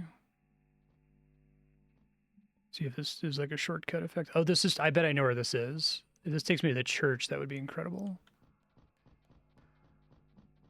Near the Moonscorch Village? Oh, maybe not. I don't know where this is.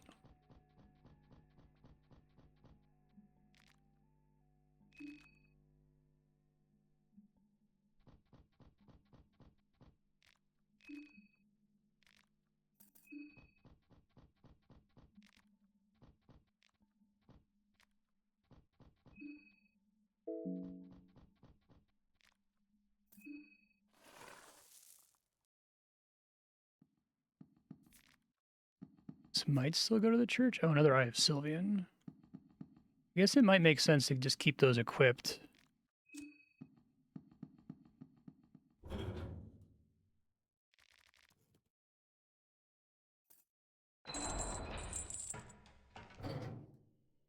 Ah, that is a shortcut. Okay. All right. Chill out. Calm down.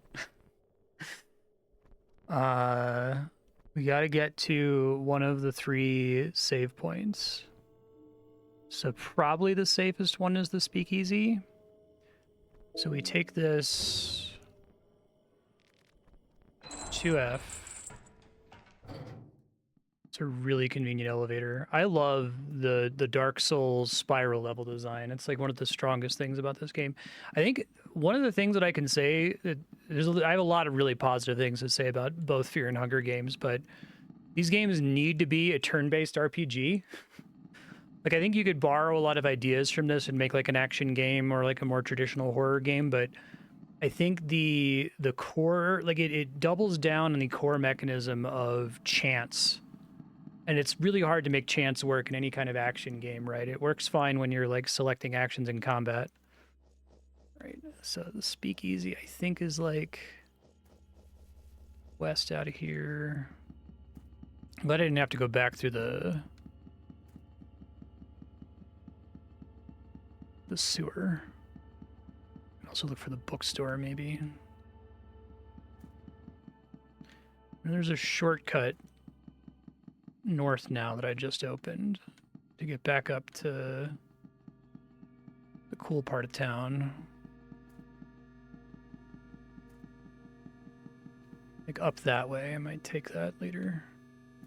Let me see if this... I know I have a map. Hold on. Business district.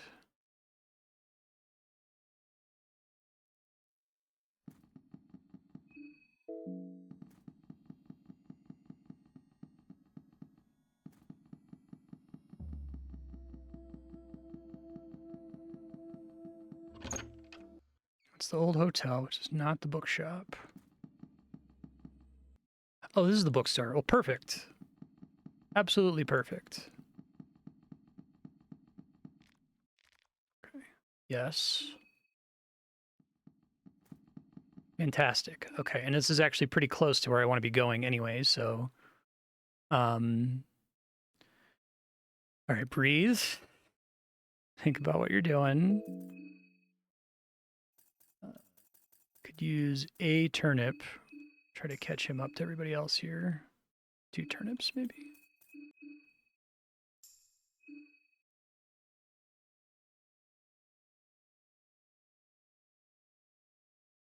Two people are scared of ghosts, 2 people are scared of monsters. Not great things to be scared of, to be honest. Kind of terrible, actually.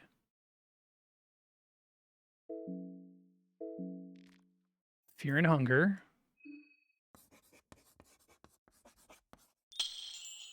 And now I'm up to level 3, which means I can get a couple more spells, probably.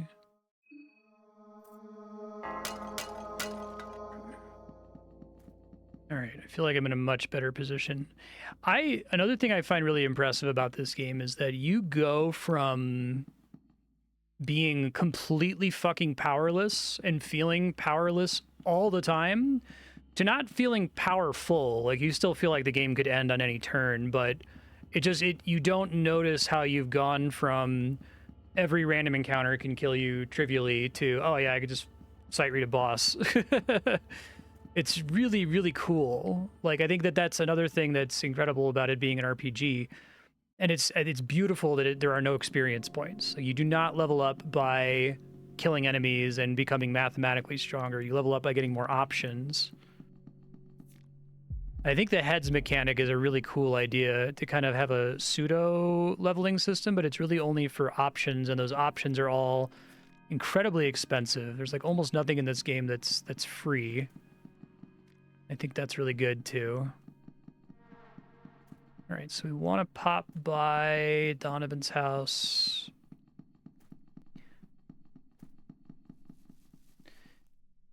You said once I go downstairs, it got me again. Once I go down through the museum, that it's a point of no return. So I guess I still have an extra floating save that I could use to do a little bit more exploration before I wrap things here. Could technically save there.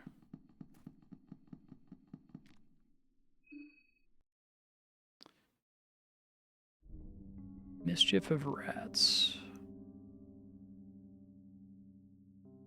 I don't know what it does.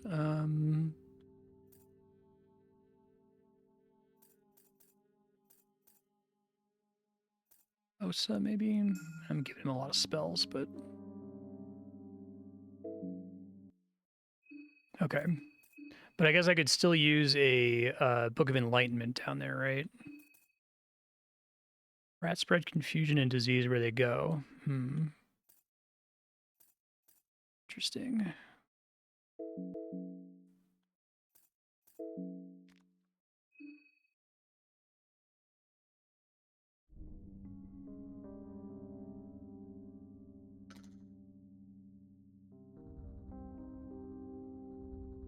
Yeah, I should have enough to get 1.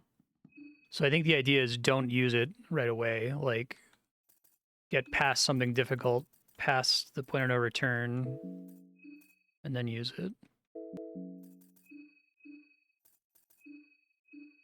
Murky, I got 9 murky vials. It seems like that's pretty good. Trying to save that for a really hard boss or something. Mushroom stews is nice.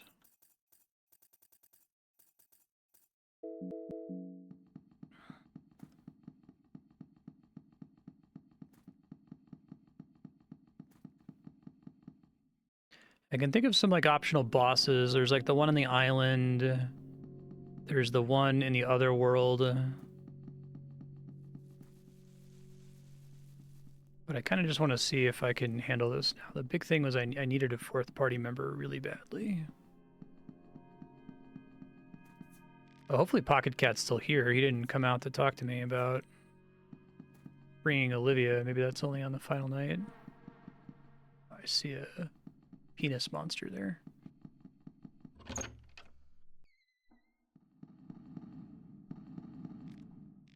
See if he has the same...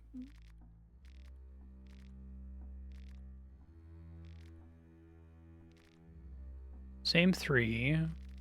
Not sure if the time is always the same or if it changes on different runs, you know.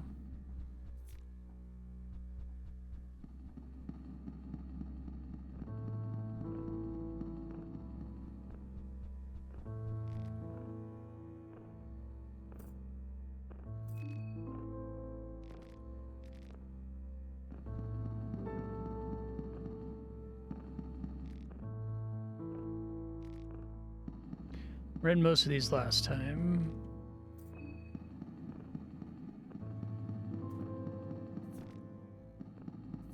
There was a ton of loot in here, though, if I recall. Some of the stuff I was able to just take, yeah, fluted breastplate.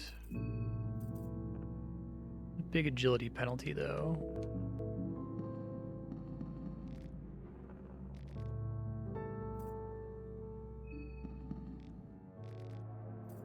I don't know that it was giving me an option to break the glass before. Oh, I guess if you're playing as the mechanic or whatever, you can disable that. That's pretty cool.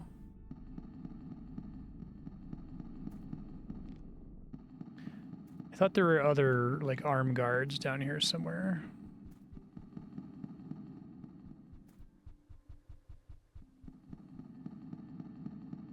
I haven't seen any of the enemies. There were several enemies here last time, if I recall correctly.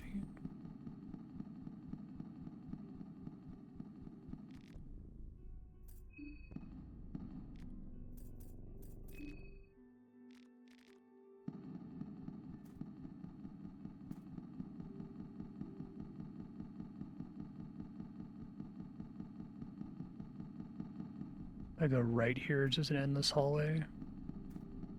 Maybe not.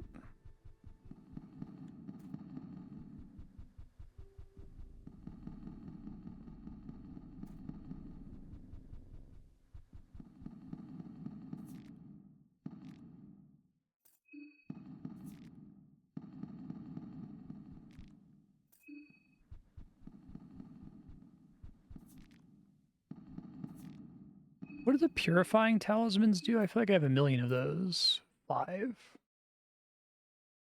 So it gives you a buff. Do all these buffs, like, stack if you use them going into combat? Oh, really?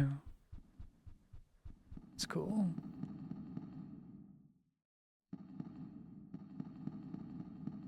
So could I also have encountered them elsewhere in the world if I hadn't recruited them to my party or something?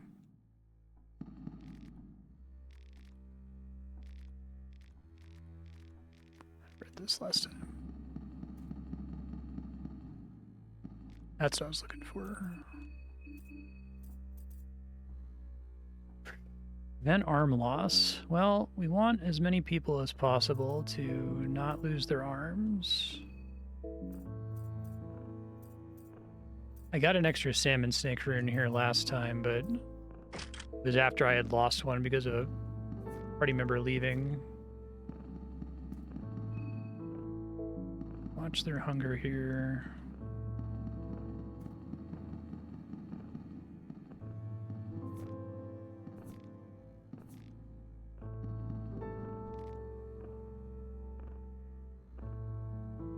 I see.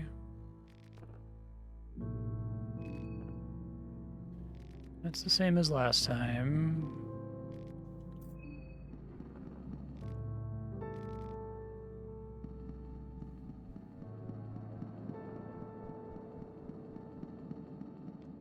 Glass shards is probably good. So that was the deal with Pocket Cat bringing Olivia here. It was literally bringing Moon Scorched Olivia here.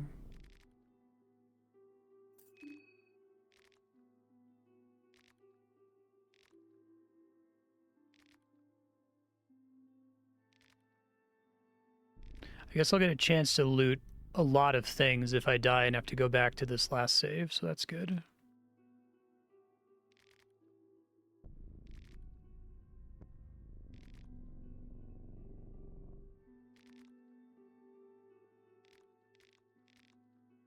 Nice. I'm talking about the game developer here. David Lynch. Dream stuff up.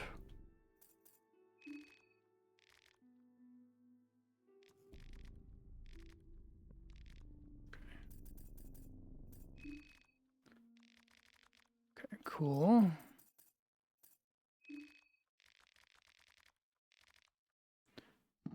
I guess I could maybe track down some more heads if I, like, am really in trouble and need a second Book of Enlightenment.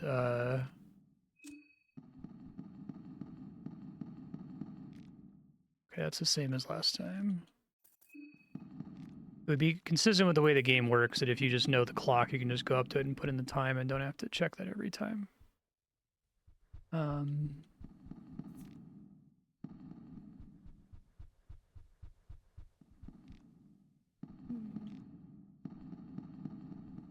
Yeah, because you're getting a lot of extra saves.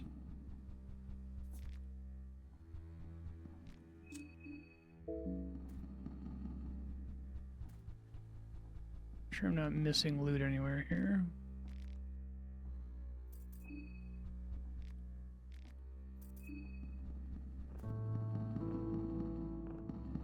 It's already there.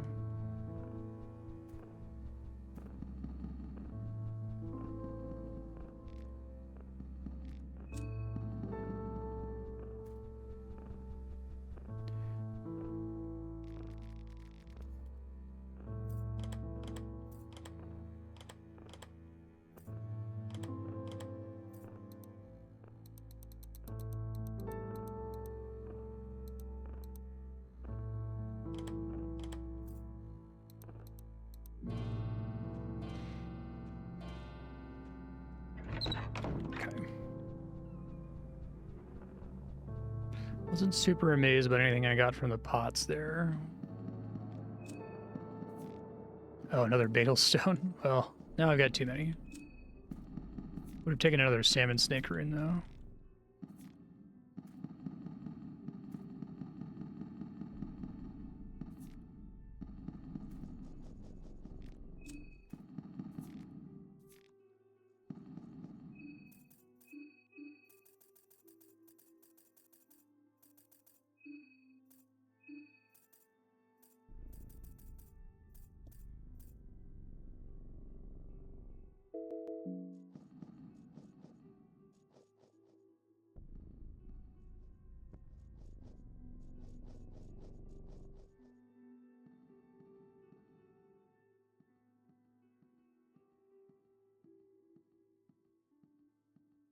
So how are you supposed to recruit the dog in the first game? I thought it was just an encounter.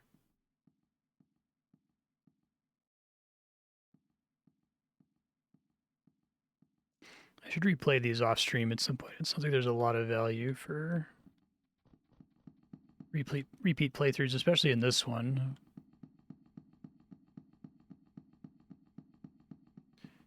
It's like you get to carry over all of your knowledge.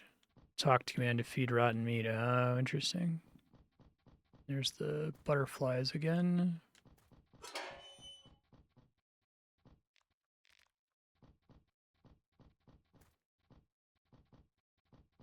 Butterflies are a cool mechanic. I don't think I noticed them at all in my first pass. I saw the ghost girl running around in the basement, but I was getting chased by the elephant.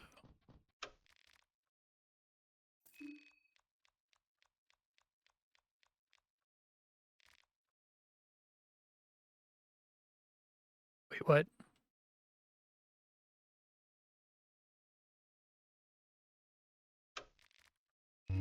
Which one's not on? I did them all today. Let me look it up.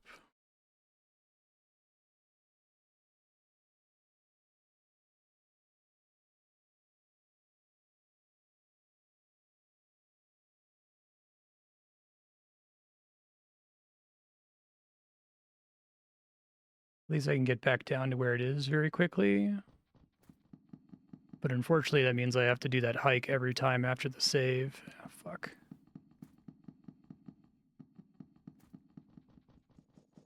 I hope it's not, like, glitched.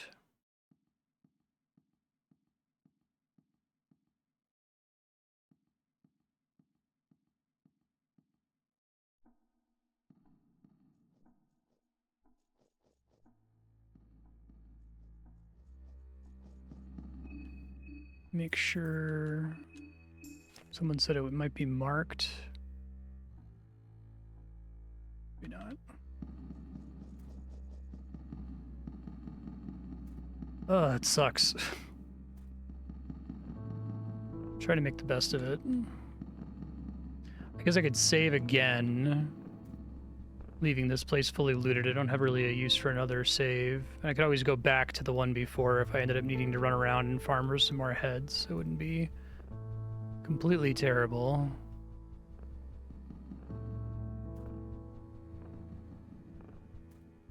Gotta find the way out of here, though.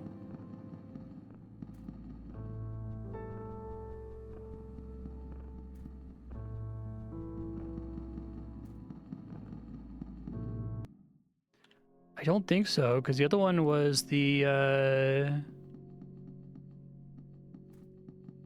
one was the first one where the elephant girl was, right? Because I hadn't done... Last episode it said one was on. Maybe it was an error. It shouldn't have said one was on. I still have to go back to the elephant area. So we'll find out.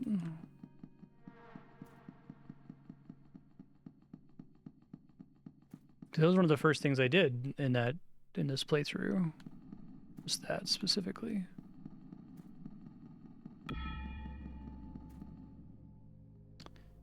This is kind of a more annoying way to go back this way.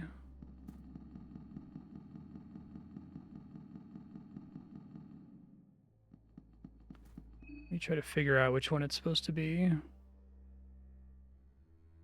Glitch with the endgame location?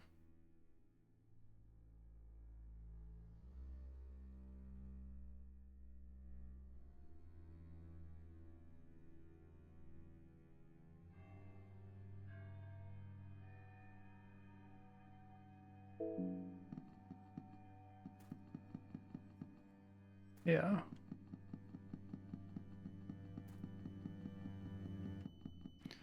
This makes it sound like I didn't successfully do the one in the sewer, so I'll go back to that one really quick.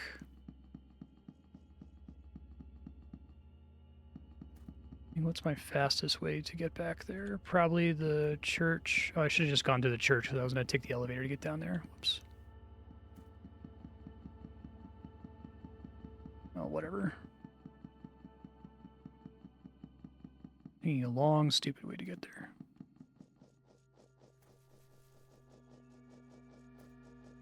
Yeah, so maybe it's just a display glitch or something for the final day, but my first pass through here, it was me by myself. I went down there and it said that that only one of them was on, and I only visited one of them. So the only one it could have been was the one with the elephant.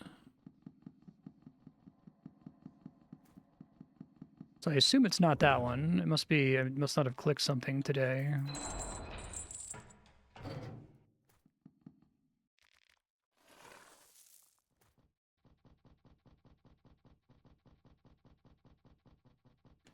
It's annoying because of the save game, but...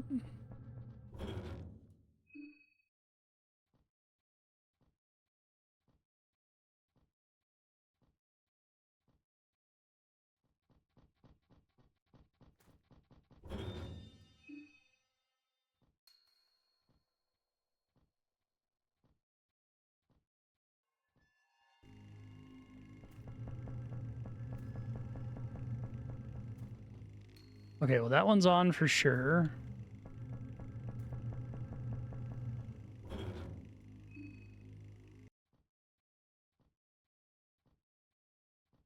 I don't want to go back to the forest one. It would be funny if I do have to go back to the forest one and I'm cursed from my earlier comment about how, like, shouldn't have fought the centaur because I'm never going to have to go back there. I guess if this is kind of doomed because I have to do stuff, I should check what's in this thing. It says there's something in there.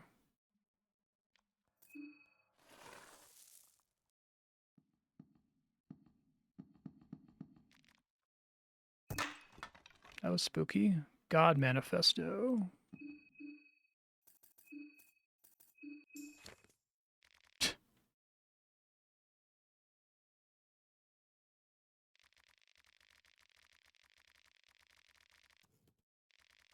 Jar of salt.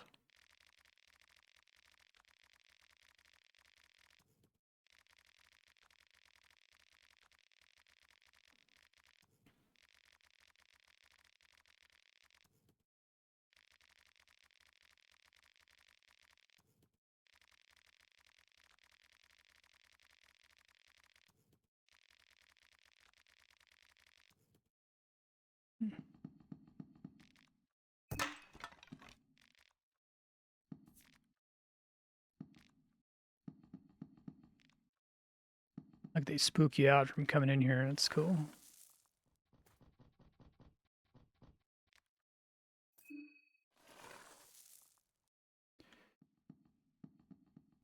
All right, so this is a bit of a hike. I think I remember where it is, though. Don't think going through the town is worth it. I guess I could sacrifice some more heads, but...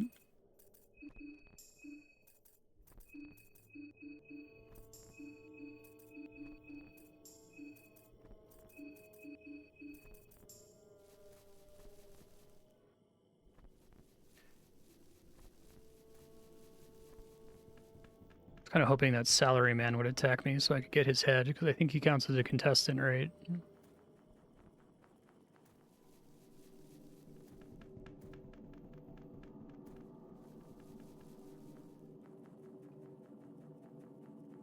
So I think I gotta go back to the woodcutter's hut, then go west, if I recall.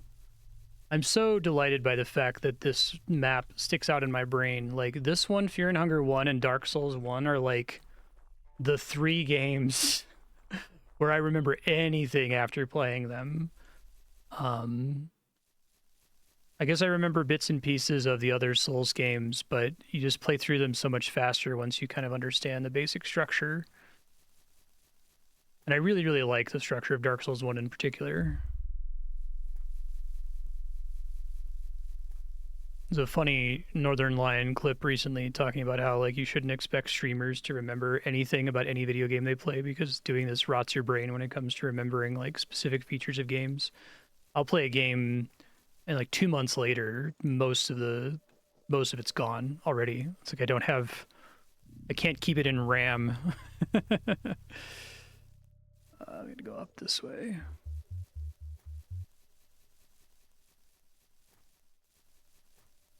But this game's an exception just because of the basic structure and the fact that I'm kind of repeating these few zones. The game's actually, like, surprisingly small. It's another thing I would praise about it, that it feels huge. And I think it feeling huge is almost entirely illusion. It's like, if there's an area where there's one scary enemy that makes you not want to explore it all the way, it makes what's beyond the one scary enemy feel bigger than it actually is. I think that's probably true of Fear and Hunger 1 as well. While you're playing, you're like, how am I ever going to explore this whole place? Like, there's so much. But after you know everything, you can get through it pretty quick, I bet. Like, I'm sure the speedrun for this game is a treat to watch. All right, unfortunately, I think the elephant's still alive, so I guess I have 4 characters to fight it with, and I suppose it counts as a contestant, probably.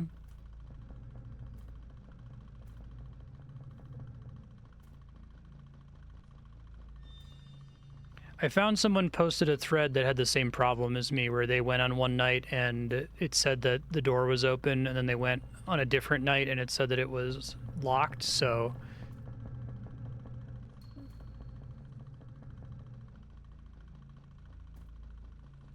it must be that there's some kind of glitch on the last night with it displaying as open in error. We'll see. I'm not going to save after this just yet. I want to see what's beyond the door, but if I have to do this again, then I'll save, because I'll have to deal with the elephant.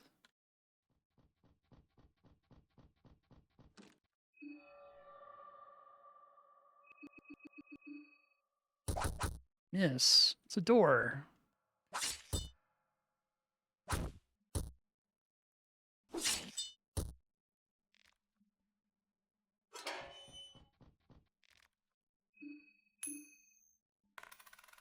Finally. Take pep pills, it's pretty good.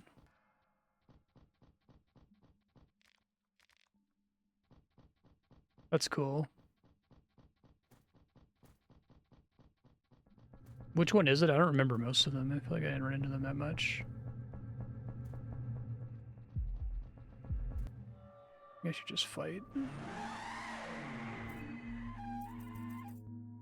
So we...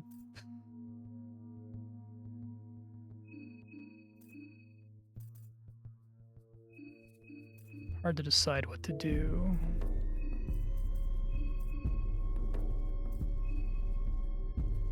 Oh, it's the mechanic. Wow, that's really cool. Can't figure out the weakness.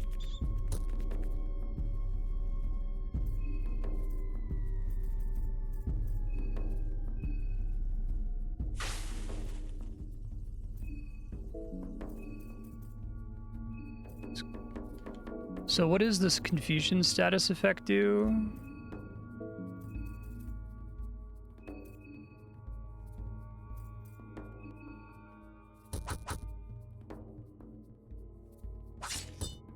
Pretty good damage there. Oh, nice. Caressing soul. Sturdy overalls, booby trap.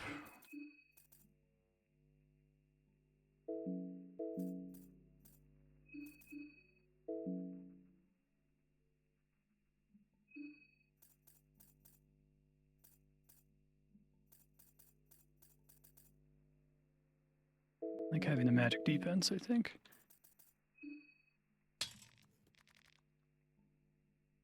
Oh, maybe I can't ever get the head because it's too hard to saw. Okay. That's fine.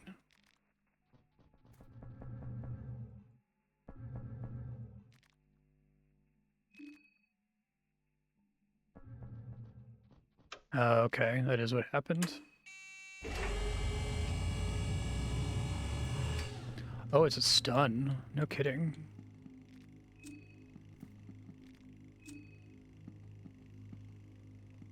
I know the way out from doing this a bunch before.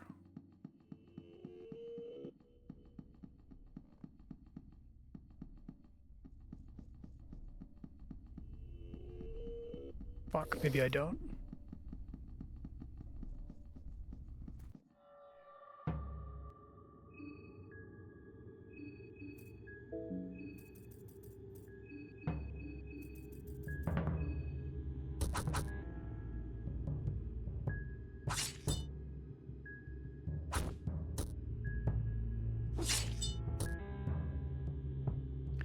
I'm getting some mind recovery, so that's good.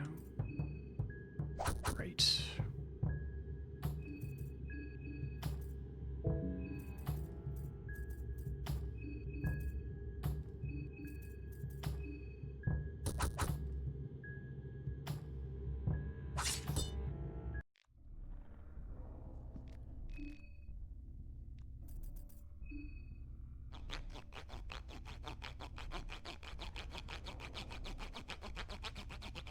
So stuns, like, it just can't act on the next turn. Oh, I never investigated these. Rust-colored pearl.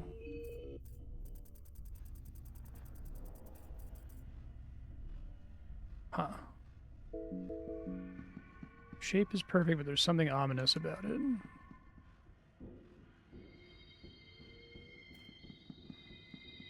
Oh, this is the elevator shaft. I didn't notice that before when you're in this spooky otherworld.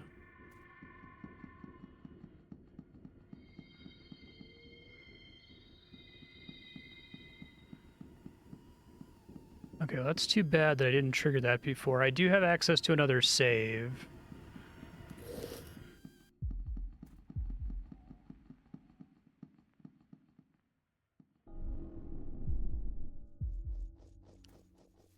No, I will use it if I go downstairs here and die right away before I get an opportunity to use the Book of Enlightenment profitably.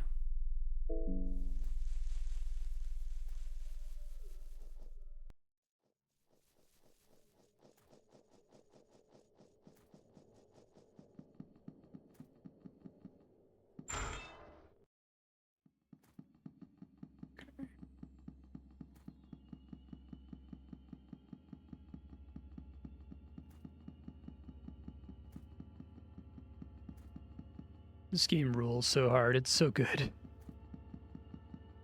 I really, really hope, like, as much as this game rules, that other developers are inspired by it, because it has so many good ideas. I love to see all sorts of, like, twists on the basic concept. This is easily one of the best horror games of all time. It's one of the best RPGs of all time, and it's one of the best roguelikes of all time.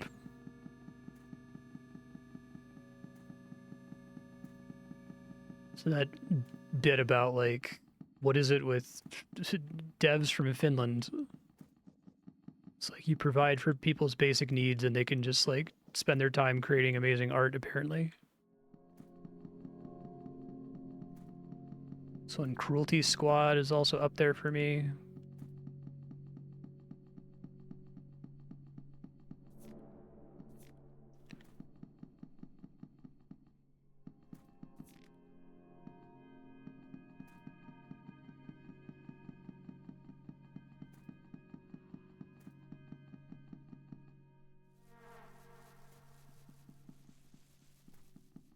The pendulum arms are dangerous.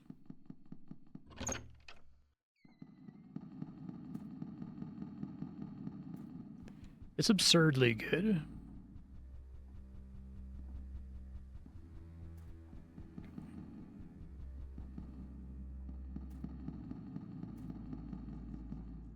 I guess I didn't run over there and activate it because I was getting chased. That's mostly just a time hassle now. Salty run back.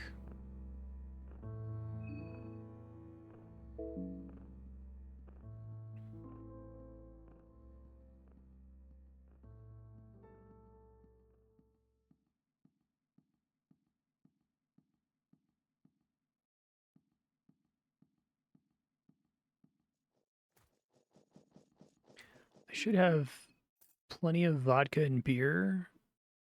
My main sanity recovery. Yeah, I never got tobacco, which is crazy. It's tempting to just get a quick heal on everybody. Top everyone off since we're not topped off.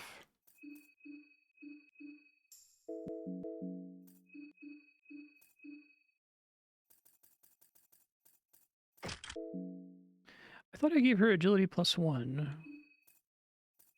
Oh, the fluted arm pieces nerf her agility. Okay, that's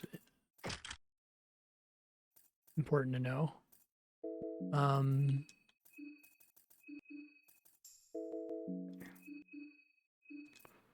So don't give her that. I can give that to my slow character. I don't know what I give her instead, though. The Shield of the Floor seemed pretty good. He already has arm guards. Maybe the arm guards give an agility penalty. Okay.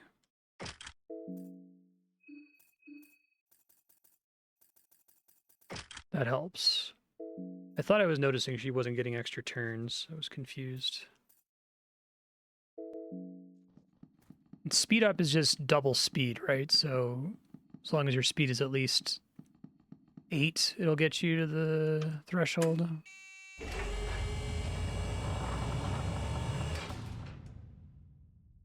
White bunker.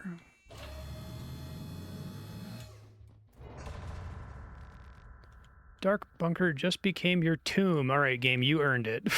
I tease games for saying that all the time.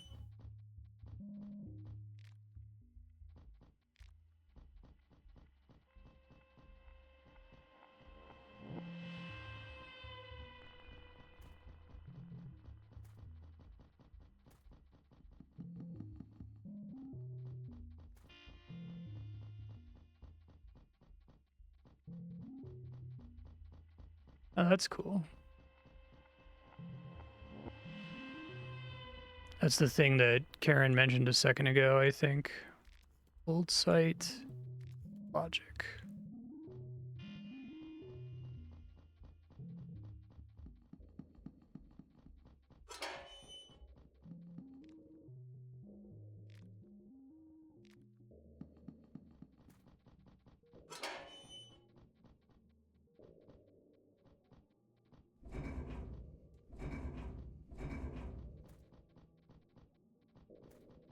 It's going to be necessary for juking.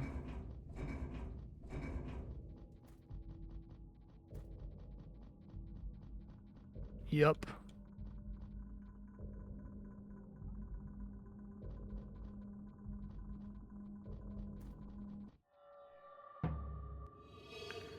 Trooper's cackling behind his gas mask.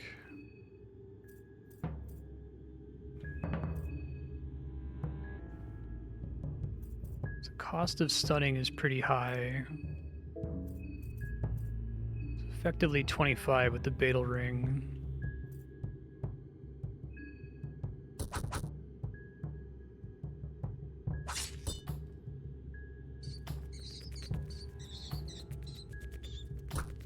Oh, but something got missed. Okay. Expose the weakness of the Trooper.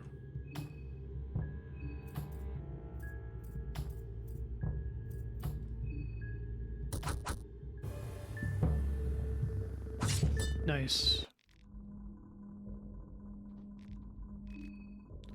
Fremen gas mask and more arm guards. Ouch. I guess I don't need those anymore.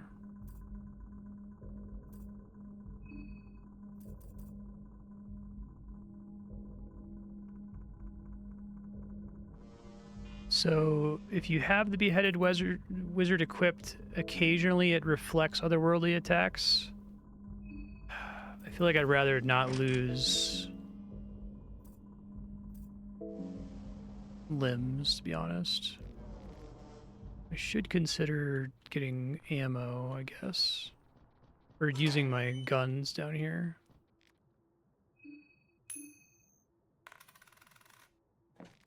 Okay. Plenty of those. Brain diagram document. Consciousness, unconsciousness.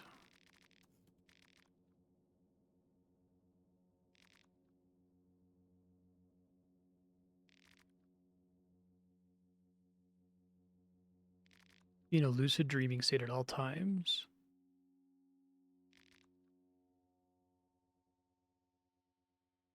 Interesting.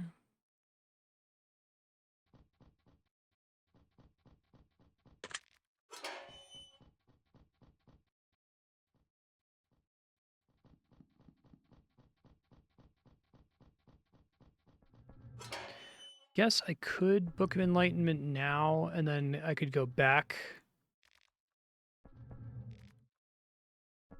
and use it again when I have to come back here, because I'm just trying to learn as much about this place as possible. I think that that's actually the right call based on my previous rule of use one as soon as you get it. It makes a little bit more sense since I actually had to dick around a little bit to get down here. Okay, so...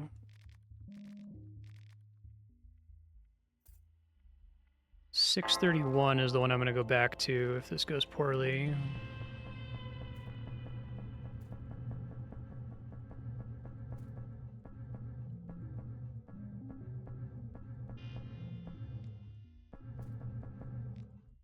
I feel like there aren't very many electric panels, but every time I see one, it makes me jealous that I'm not playing as the mechanic.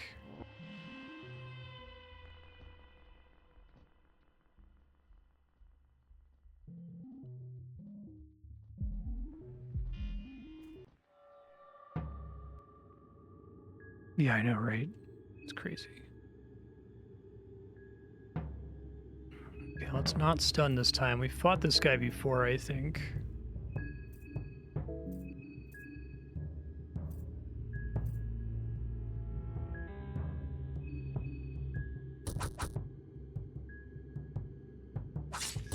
Okay. This will charge me for a bunch of damage. Uses a shield for defense, is annoying.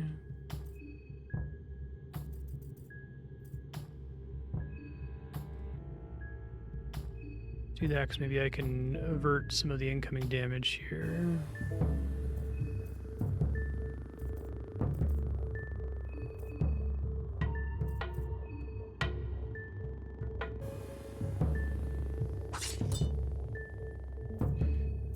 Pheromones should go first most of the time.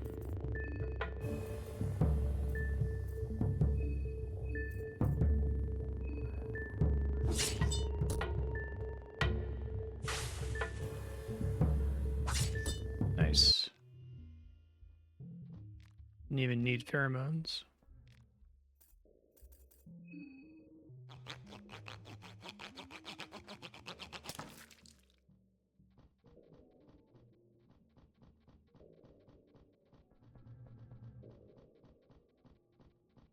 This is a good enemy to bring back too, because like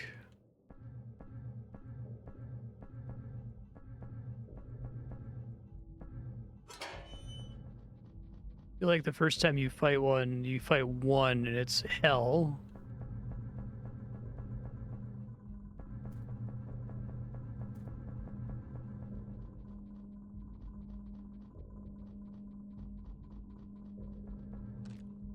Door won't budge.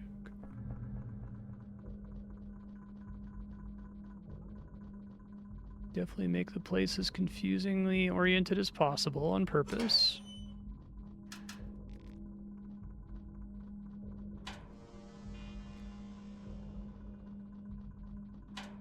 Shilling's amazing. Oh, vodka's actually great, and so is all of that was incredible, actually.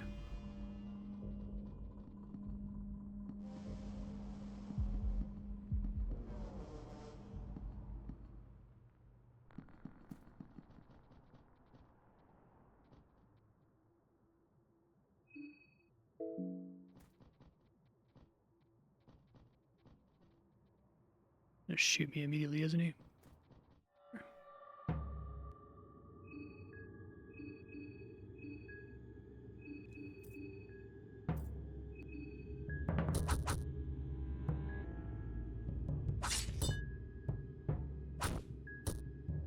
Oh, not as much damage the other time, yikes. Lucky miss. Let's do that basically for free.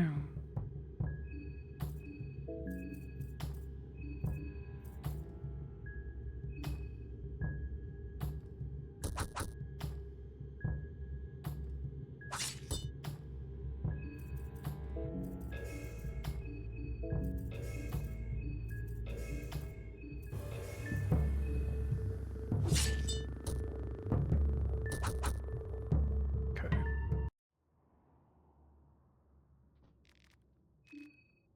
Bremen Elite Helmet, Bremen Chestplate.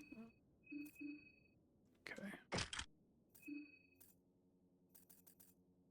No agility penalty on the Bremen chestplate. Interesting. Even though it's as clunky and uncomfortable to use. Okay.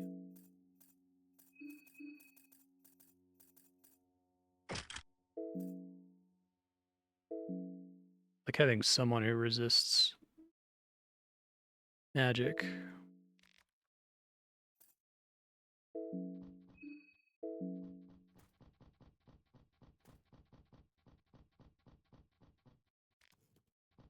Have to find a generator somewhere, I assume.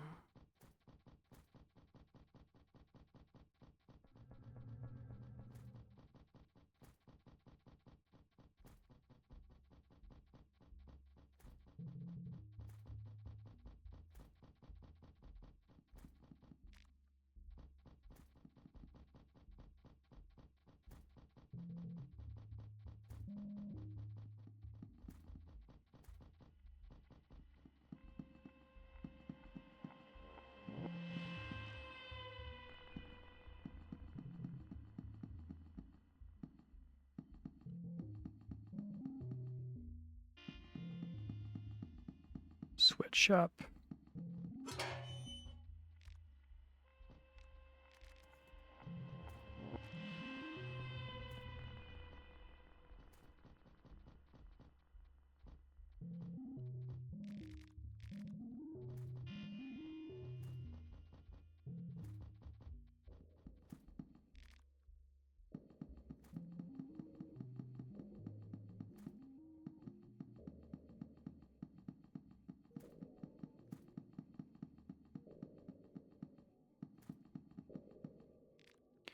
Well, I was hoping to get some gas cans back here.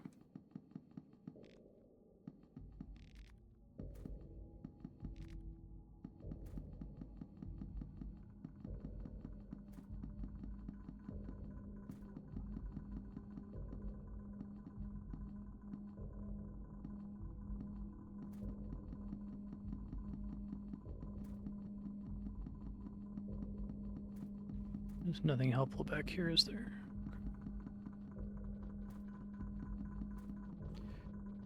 There must be something I missed. I feel like I've been down every path. Let's try to be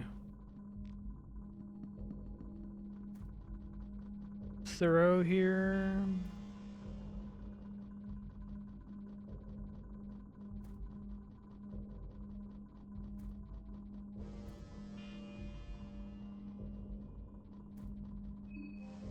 Feed everyone soon.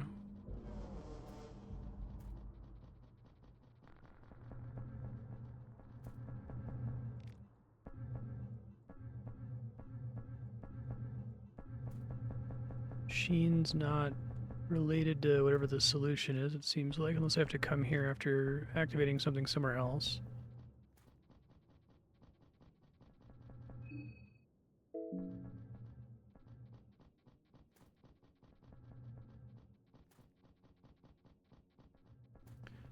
I think going up here goes to the door that I can't open. Just loops around. Way to juke, probably.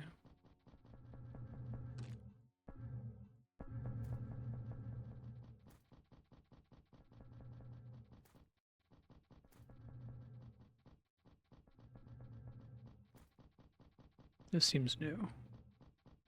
Logic this way. Whoa. That's really cool. Okay.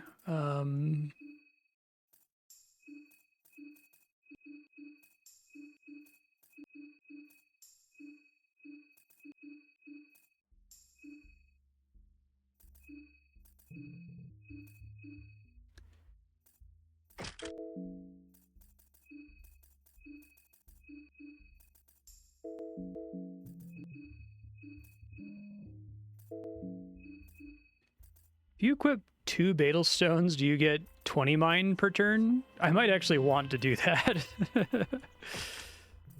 How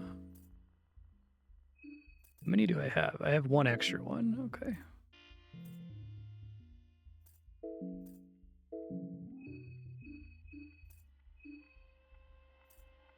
I guess I can test it if I die and load and just do 1 quick battle to see.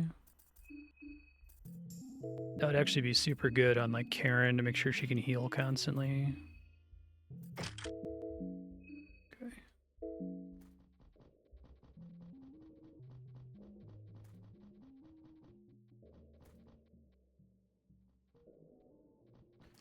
Logic this way.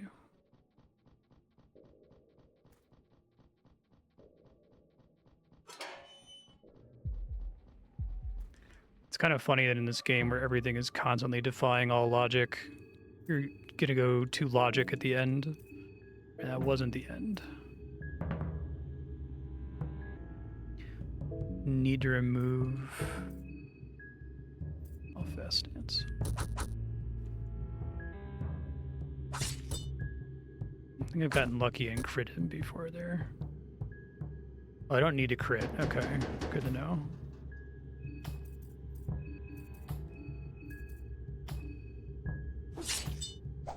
I probably should analyze, actually, because he can still do some damage to me.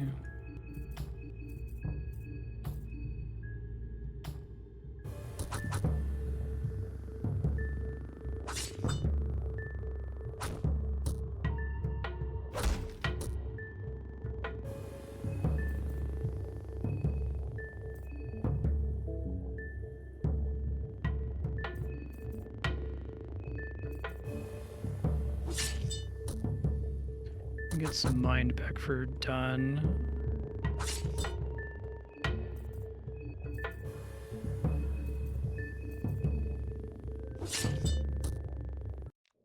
I want to rev up there in the future.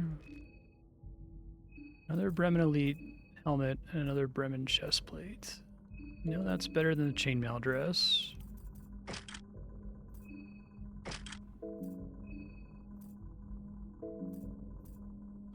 Kind of like the suede jacket on him.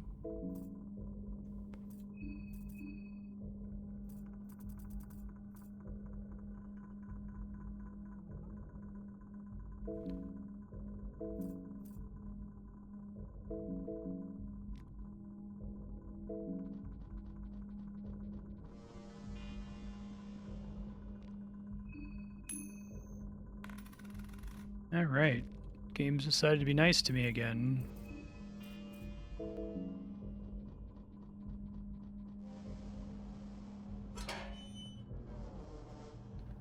item's not very useful. So I'm learning that if I go back a save,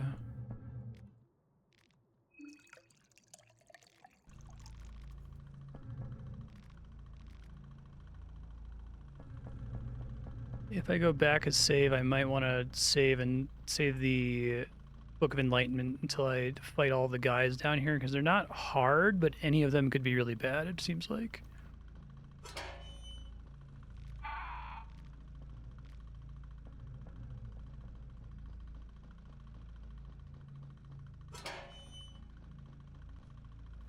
Oh, that's normal.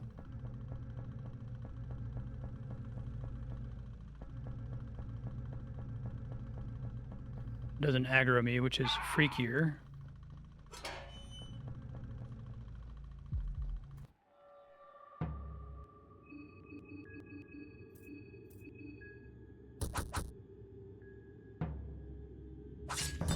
Nice.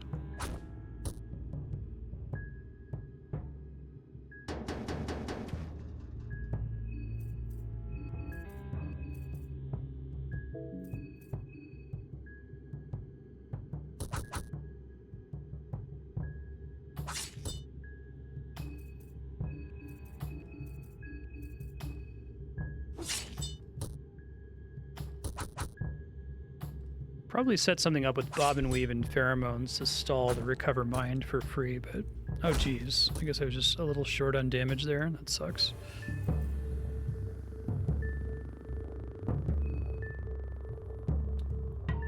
This is an extra turn.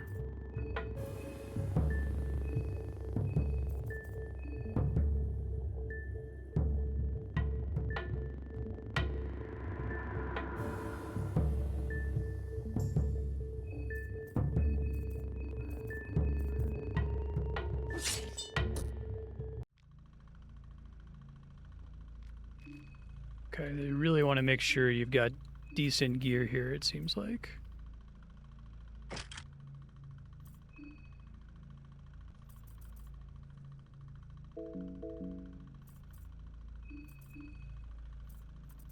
It's a lot of physical defense. It's a big magic defense penalty, but I only have one character who's good at magic defense. Is that enough?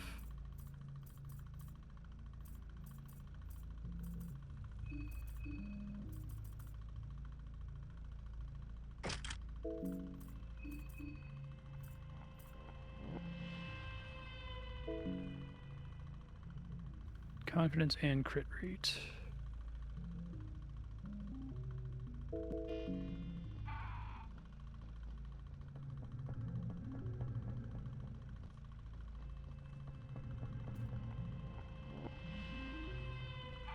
Server rooms, it looks like.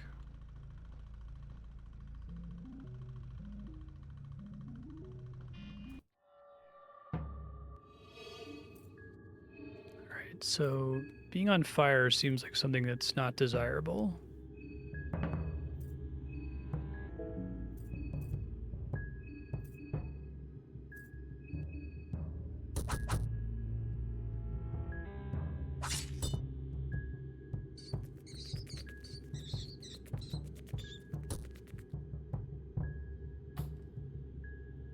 Second.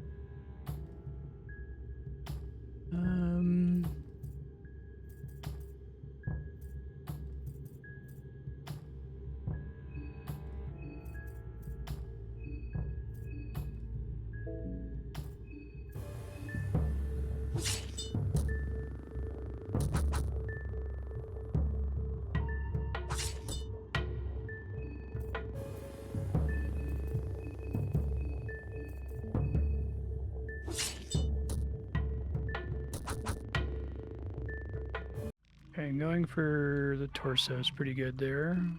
More arm guards. I got everyone should be set on losing their arms at least, not their legs, because I don't have enough salmon snake runes.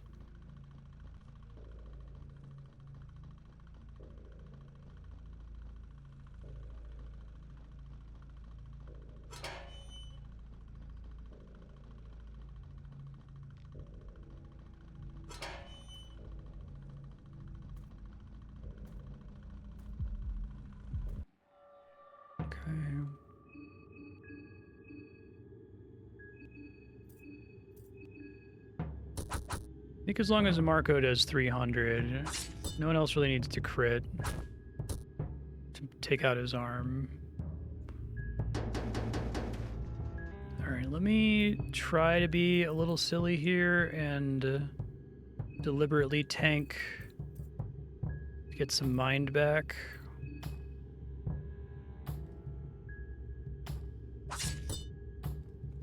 So we do pheromones, and we guard with everyone.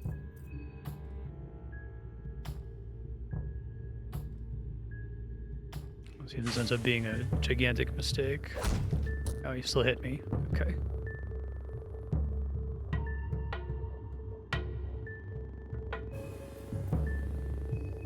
This bob and weave is really good, but it's not guaranteed.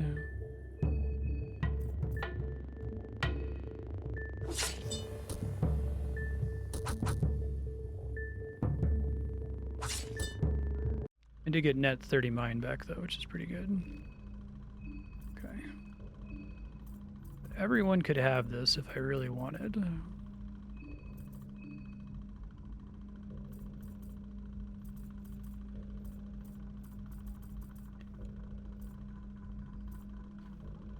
Looted breastplate is too big of a penalty, unfortunately.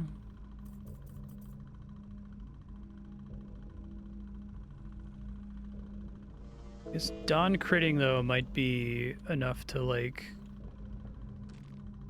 decide the level.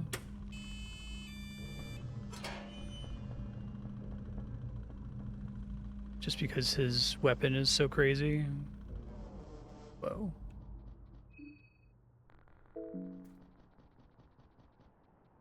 Attempting to top off here.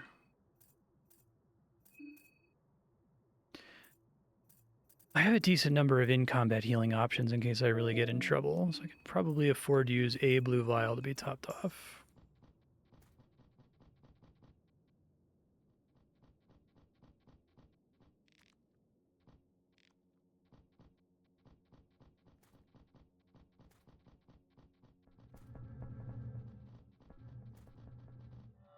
Okay. Sylvian Trooper.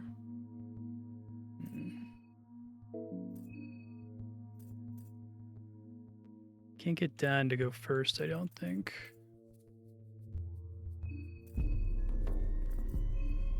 Stun her, she's different.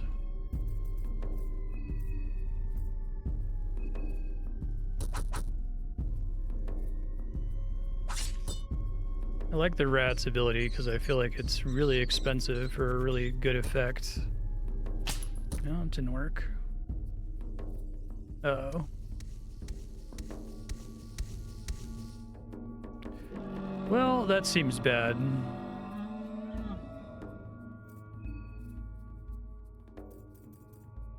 Try to bob and weave.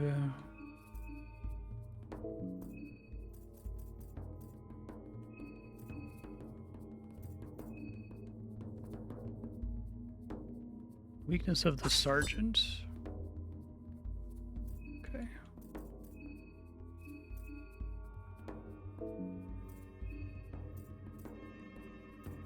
But not the platoon.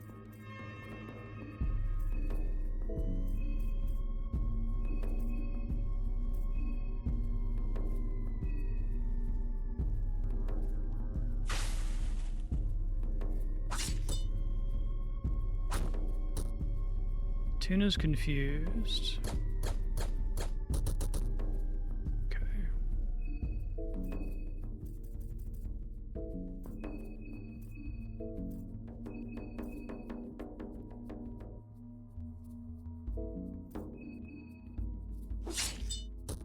Nice big damage.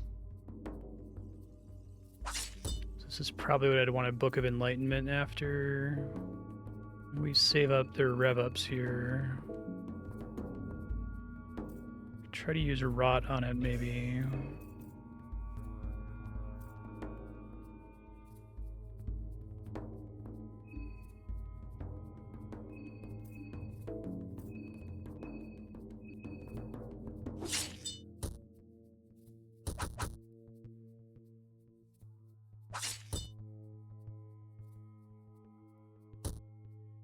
taking aim.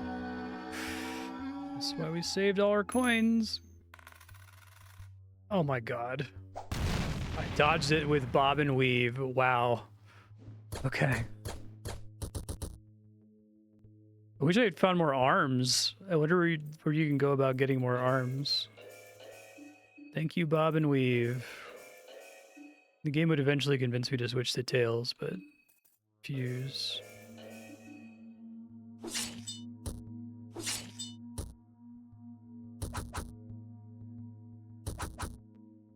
Yeah.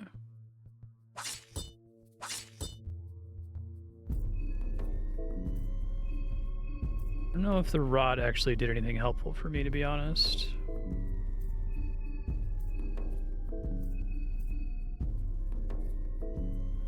I'm gonna die here if I don't do something crazy. Just do hurting because I think it does more damage than my other options. Fortunately, the hands attack at the end of my turn. Okay, cool. Yikes. Yikes, yikes, yikes. Okay. Oh.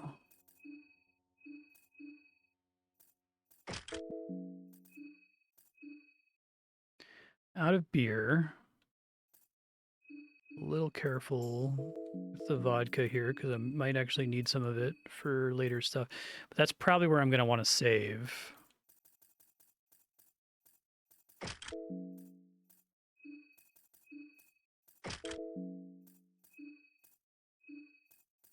Make sure I don't have any other sources of mind heal. I guess last game I had tons of tobacco. And now I don't have a pipe, I guess, so I can't use any of it, right?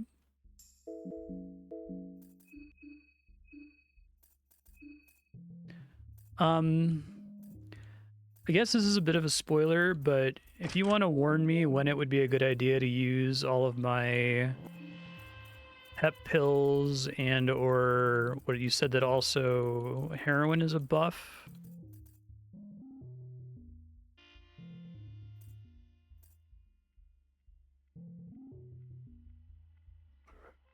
Removes withdrawal. That's cool.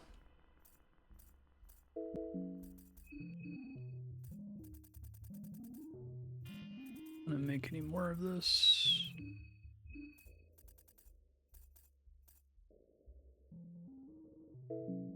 Use hunt both. Will I know when I'm about to go up to a boss? I have 9 heroin and 13 pep pills, so I could use heroin on all of them. I just don't want to activate it here and have it run out before I get there.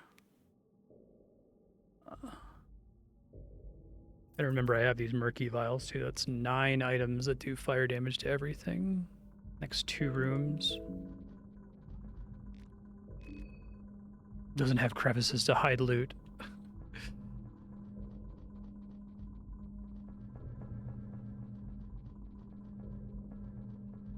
It's like right through here.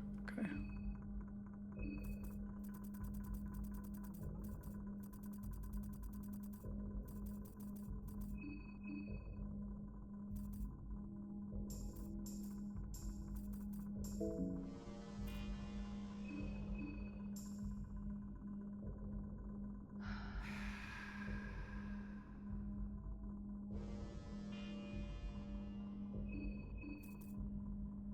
Make sure I'm quick about it here.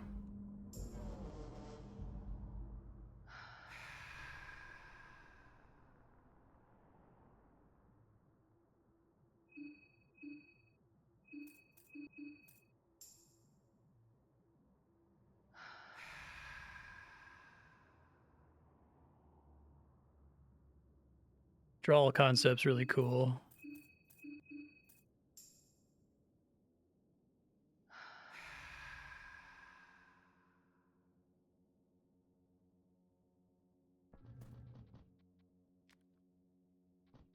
Uh-oh.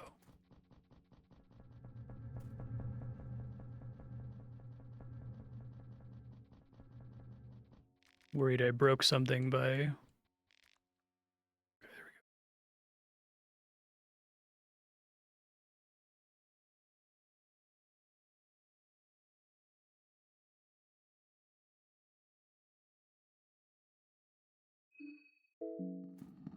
Oh, this place from the first game. All the gods.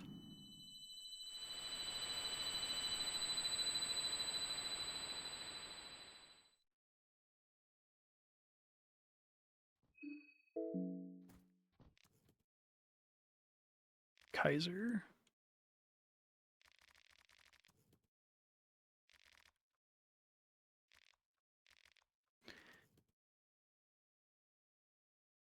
Talking about yourself.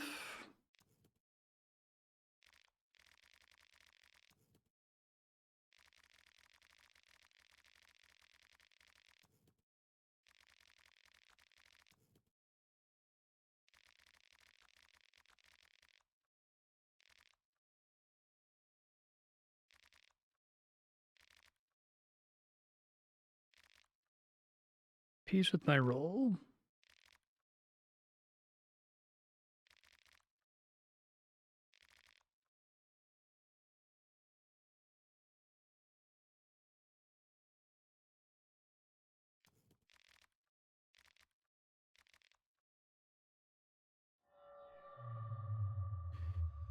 Is this the Griffith guy from Berserk that was in the first game? Okay, let's see.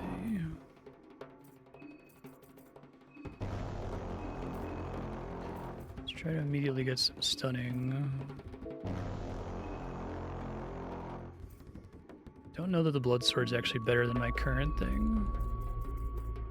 Arm, nasty sword, snake. Don't need to do fast dance, but I can do flesh puppetry to start.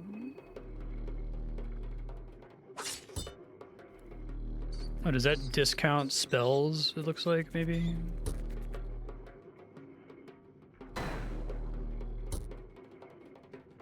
Hey, only I may do that, asshole. Oh, that's cool. I ended up letting him die in my playthrough, I think, right? But that's like the really hard ending is like rescuing him. His time is secretly passing.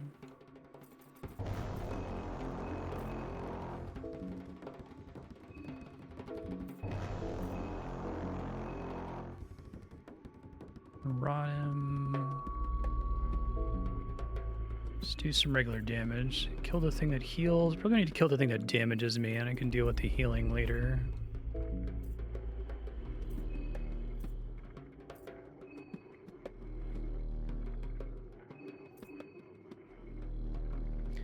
I'm gonna analyze out of the way.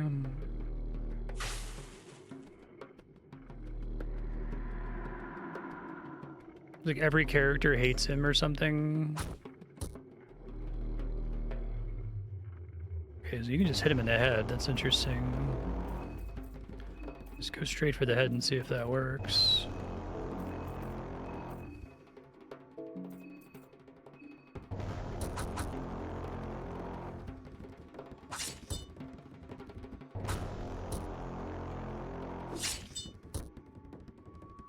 Well, he's not that weak.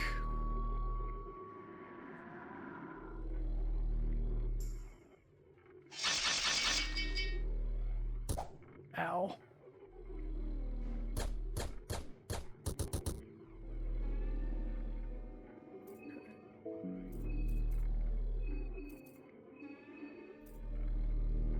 Oh, okay. Character I chose hates him. That's cool. Nice.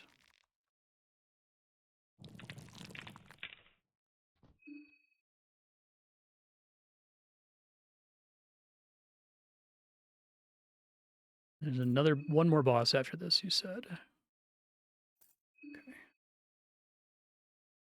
Does using heroin also give you a mind heal?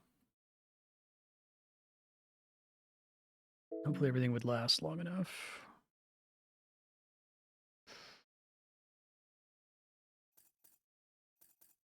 Guess I can top everybody off out of combat with the regular blue vials because they aren't good enough to use in combat. I'd have to use the deep blue vials.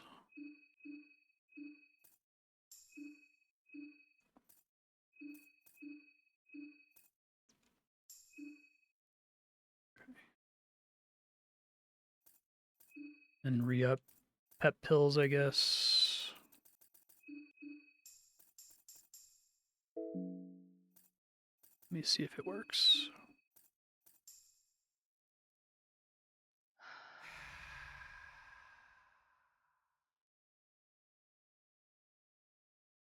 Does. Okay, cool. Maybe it also heals them.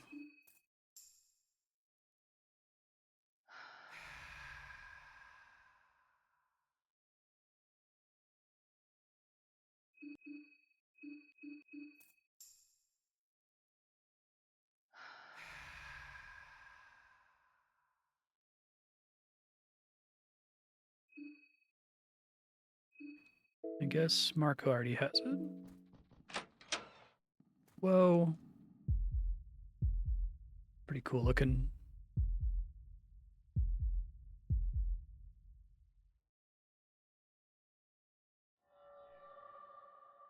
Okay. Logic 1.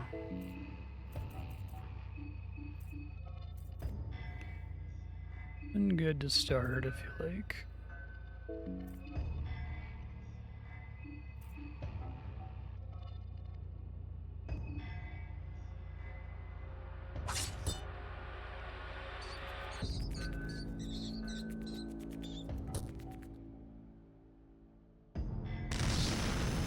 Ow. Could have been worse. Oh, shit. How many? Oh, goddamn. All right, now we use our 9 murky vials. Okay, I guess I'm gonna have Osa use Loving Whispers on Karen, or I could just use an item.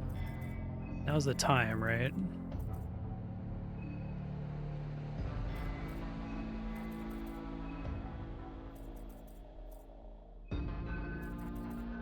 Gotta save all your elixirs for the final boss. I'm glad we bought, what's his nuts? Oh, okay. You just gotta take him out quickly. Maybe you shall spawn them again. I'm glad against, Rancid I stepped back time there and didn't use all of them. I don't want to use them every turn, I don't think. We can pop pheromones.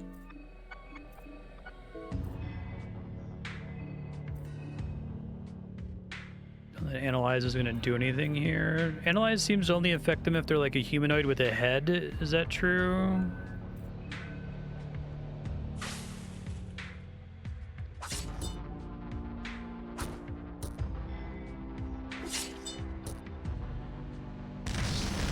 She takes like no damage. Oh, no misses there.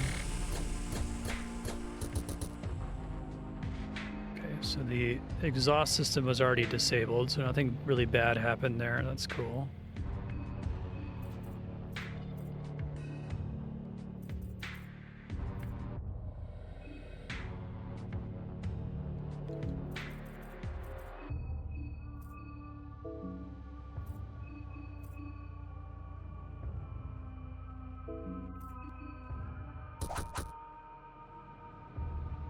Well, it's cool that it worked on Kaiser, though, because he's just a guy.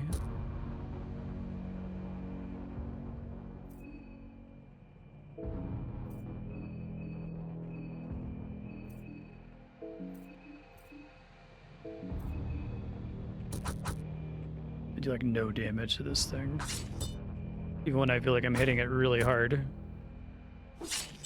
Nice crit.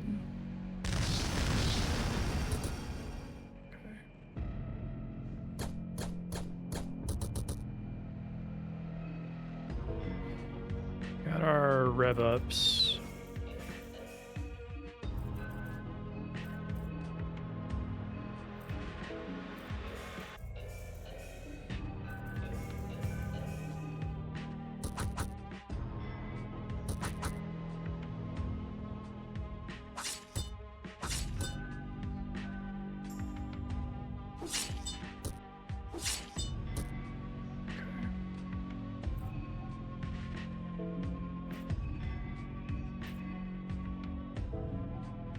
Most of his mine's already almost all back. Tempting to go ahead and do Rot. Just to use his rev up for spells instead of double hits.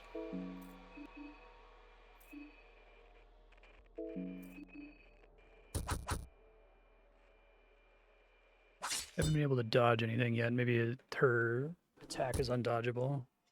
Machinery of the logic doesn't rot. Okay, that makes sense. Zock's system is heating up again. Okay, so they really want you to have these explodey things for this fight, it feels like. I'm gonna use 2 just in case one's not enough, because I should still have enough to do stuff later in the fight if I do that. Blue Vial will top him off. Let's use another one.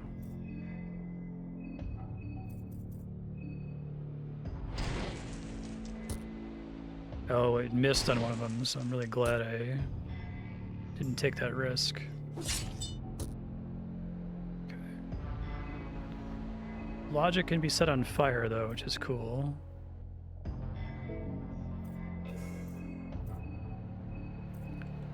Hurting.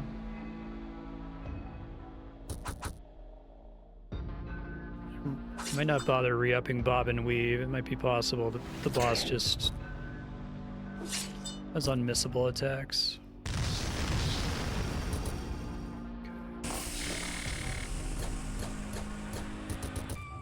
Okay.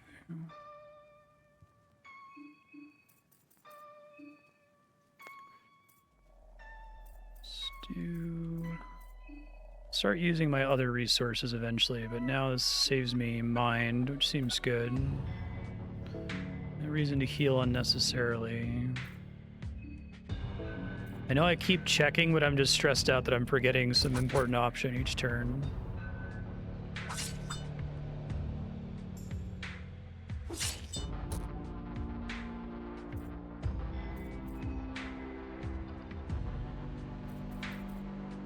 I'm gonna re-up Bob and Weave just in case something happens later where that matters.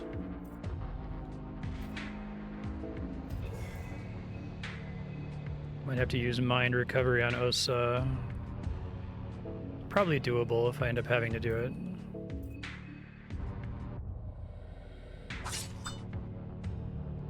Missing a lot with Karen right now, which kind of sucks. I don't have... Oh, okay. Good to know. Be able to heal this turn, though, with Karen, so that's good.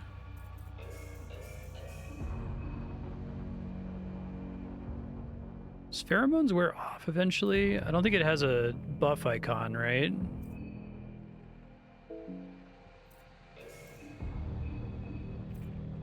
Healing Whispers. It's an extra turn, so I'll be able to do it safely. The extra turn idea is really, really, really, really, really smart, I think.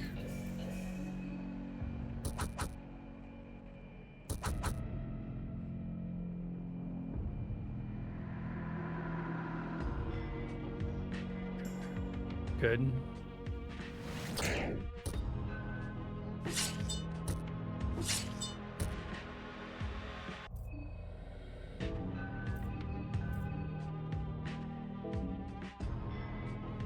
Tempted to re-up pheromones, because if it was the case that I was tanking all the attacks and it just wore off, I really want to continue tanking all the attacks. It's really good.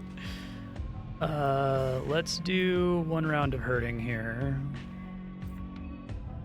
And is it impossible to be afraid of this thing? Like, there are no phobias that correspond to this computer type thing? That's a cool idea, too.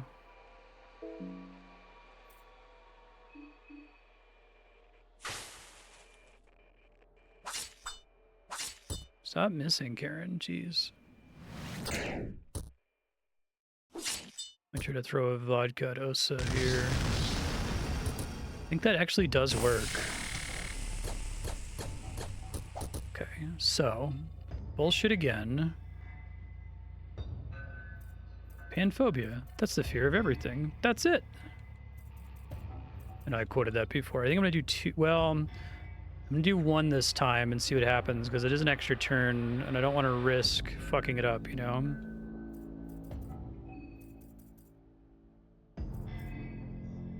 I still have another regular mixed herb, so let's do that.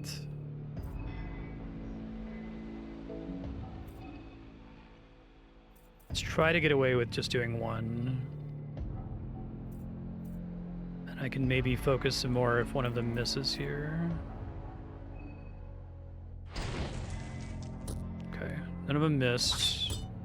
I don't want to get in a situation where the fight's longer than I'm expecting it to be and I'm out of vials, because that's really my only source of AoE, I think. It was a non-extra turn.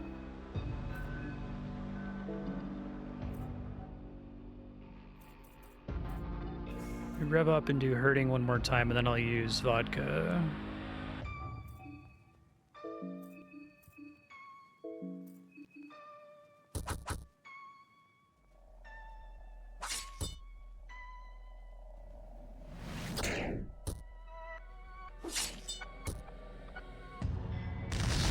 Still hit everyone despite pheromones. Hey, Marco's party was victorious. I feel like this was true of the original game too, that like the last dungeon was a little bit more forgiving than the rest of the game, but it didn't feel like it. They dropped the like really mean insta-kill shit.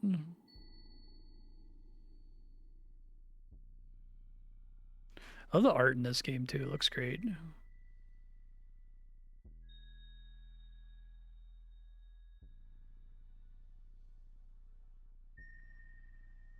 Join me in the promised land. Oh, so how long to beat at 20 hours is pretty accurate. I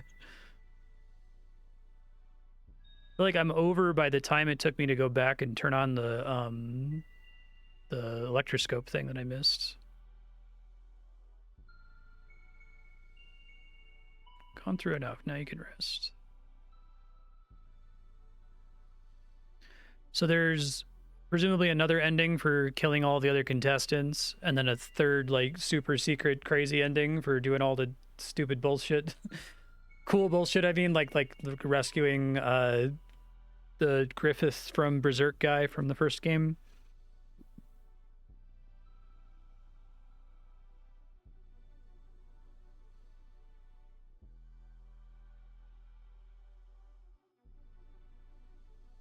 Oh, I can move.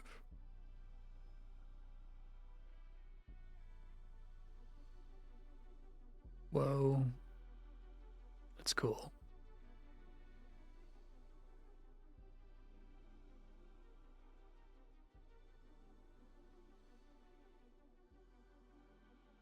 Ending A, the machine god. So I add myself to that.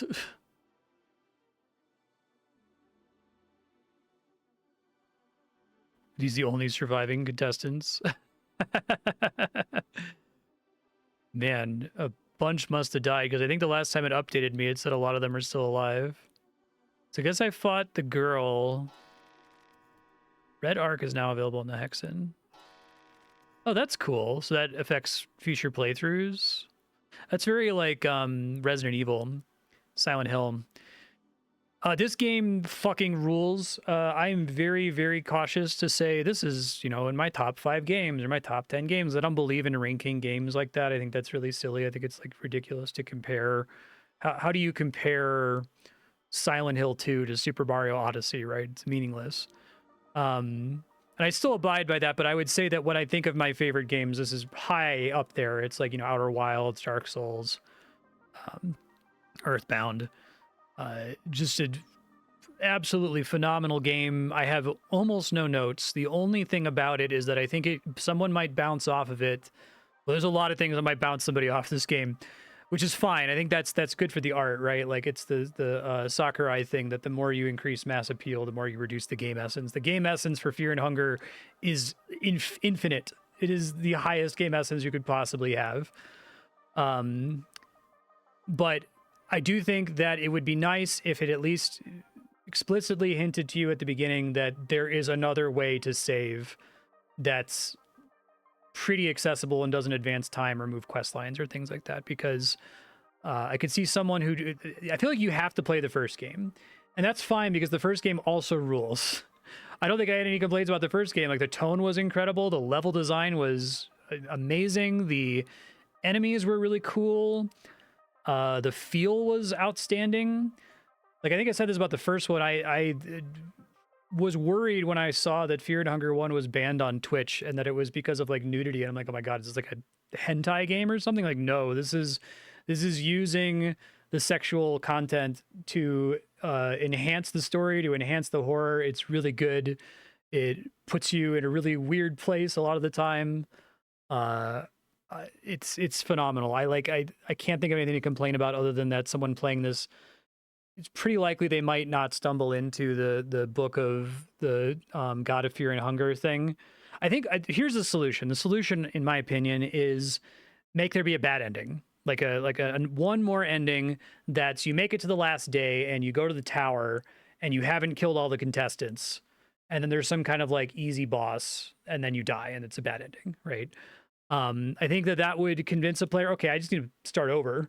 Now that I know all this stuff, let me try to get a better ending. I think this feels like a pretty satisfying ending to get on your first playthrough because it doesn't involve you murdering a whole bunch of people. It doesn't involve like weird specific knowledge of the locations of all of the contestants throughout the game. It's relatively sight readable. It sounds like you were saying that there's some in-game hints to the locations of the bunkers that I missed. So that's cool. So you could try to search for those without feeling like you're like completely stuck. I do think the path to get to the Moonless boss fight, which is one of the bunkers, is really hidden, like super secret, maybe too secret. So it'd be nice to have some other path to get down there that's a little bit easier to stumble into, or make that a separate secret, right?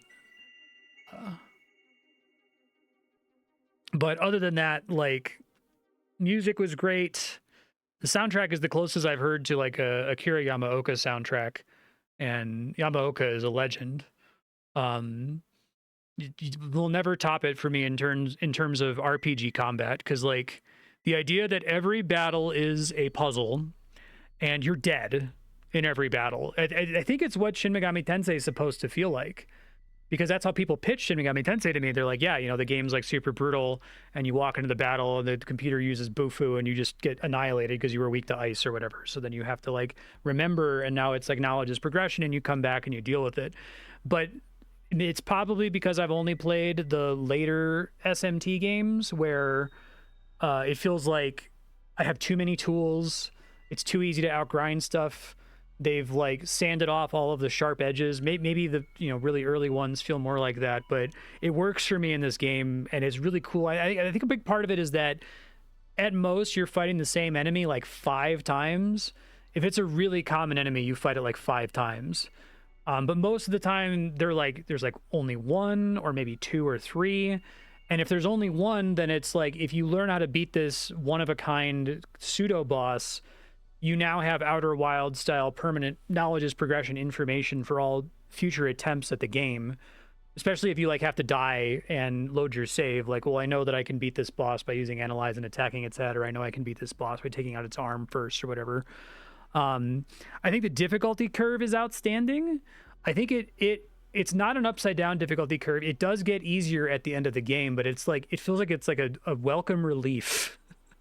And I haven't seen any other horror game accomplish that. It's like I don't feel like I'm safe ever, but I feel a little bit more confident about exploring the unknown. Whereas beginning of the game, it's like I'm gonna die. Every corner is gonna kill me. Every room I walk into, the monster's gonna kill me. A trap's gonna kill me. A plot event's gonna kill me. Right. And then the middle game, you start to get this like beautiful balance of I'm a little confident, but I still feel like I'm going to die at any second. Like I am so tense. This is the only turn-based RPG to give me a heart rate increase, and it's been every time I've needed to go get a save when I'm like an hour out from a save, and I've got like 10 really important things that just happened, and I got a really cool item, right? I think that's another thing is that this game is Fear and Hunger 2 and Fear and Hunger 1 remain the only 2 games I've played, I think, that have procedural loot like this, where that feels amazing and fundamentally enhances every aspect of the experience. I would almost always take authored loot over procedural loot. Procedural loot almost always sucks ass. Sometimes you can make a game that's built entirely around it, like, Diablo, whatever. The whole game is a looter game. But this isn't a looter game, fundamentally. It's a horror game. And it's so the two mechanics are so synergistic. The way the combat works, the way the loot works, the way exploration works, where it's like a Dark Souls map, um, and having the loot be random and having it be this really interesting brand of random where like sometimes you get an item that's like really good, but that really good item is never good enough that it solves the run, right? Like I think I got the salmon snake rune one time that prevents limb loss, and it that item may have saved me hours in certain locations because I got hit by an attack that I didn't know would have removed limbs and caused me to get like totally fucked and have to start over or load my save or whatever. It's just all little items like that where each time you get it, you're like, wow, that feels so powerful. But like nothing ever solves the playthrough ever. And like even then, even with all the procedural loot, there's still a substantial amount of author loot, right? I was noticing that like, okay, this is a place where you're guaranteed to get a bone saw. This is a place where you're guaranteed to get this item or that item, which I imagine makes the speedrun super interesting because you just know where all of these important guaranteed items are and you just rush them. And maybe you get lucky and get some really powerful stuff along the way, like the pep pills or whatever. Someone uses a mod that lets you save anywhere to give them the wrong impression. Oh, yeah, that sounds... I don't think that's good. I think I mildly preferred Fear and Hunger 1's approach to saving because in that game, it was like, if you found a bed, you could save at it. But if there were enemies in the area, you had to flip a coin. And if you failed the coin flip, you got attacked by the enemy. And a lot of the time, especially in the early game, that just meant you were dead. But theoretically, you could earn a permanent save point by killing all of the enemies in the vicinity. And I thought that was a pretty cool idea. I think that if you had some version of that in this, maybe there's some... Fear and Hunger 3, what I'd like to see is I'd like to see some combination of the first two games where it's like, okay, this idea that there's a limited number of time step increases that you progress through. It's like Majora's Mask, but there's no time loop, which is crazy. Right, there's a limited number of time steps you progress through, some kind of special resting event that gives you some kind of special sort of save file. Maybe works differently from other save files. Like when you do it, it fully heals you and gives you back your limbs or something. And you only can do that like 6 or 7 times. But then bring back the Fear and Hunger 1 saving could also work. Actually, me mentioning Majora's Mask, because obviously you've got like Danganronpa, you've got general Battle Royale fiction, but you've definitely got a lot of Majora's Mask in here with the whole, Termina Festival thing. And I think if it had a time loop mechanic where you say explicitly, like Outer Wilds does, this is a game that's about knowledge's progression, right? If you get to the final day and you go to the tower and you're fucked, you don't, you only have one party member, you go back to the beginning, but you keep something. Like there's no levels to keep. You don't keep your items, maybe you get to like pick a couple items to keep. That would feel good, I think, to just say, okay, well, now I know what I'm doing. Now I know the order I want to do stuff. I have all this knowledge. The game has diegetically sent me back in time as opposed to this external thing where I'm going back in time by using the save mechanic. But I think that basic idea of like making saving difficult is fucking cool. It's like the inverse of the Dark Souls solution to the saving problem, right? Dark Souls says save scumming sucks. So to fix the save scumming problem, we're just going to save all the time. You can't save scum because we just saved, idiot. This game is like, we're gonna make the game, it's not really about save scumming because you can't really save scum, right? Because all the items are randomized. That's what I'm saying about everything is so self-synergistic with itself. Everything is aligned so that save system feels awesome in this game. And if you ported it to another game without picking up some of the other features along the way, I feel like it might feel like garbage. Like I keep saying I want more indie devs to be inspired by Fear and Hunger, but maybe they try to make Fear and Hunger but without the horror and it doesn't work. Or they do Fear and Hunger but without the roguelike stuff and it doesn't work, To keep your Hexen would be good because the Hexen's not super overpowered. In fact, I think the Hexen is weaker the earlier in the game you are because it almost all requires mind and you don't have access to mind at the beginning of the game. That would be kind of cool. But yeah, this dev has my permanent and everlasting trust. I will play any game they make until the end of time. I am like...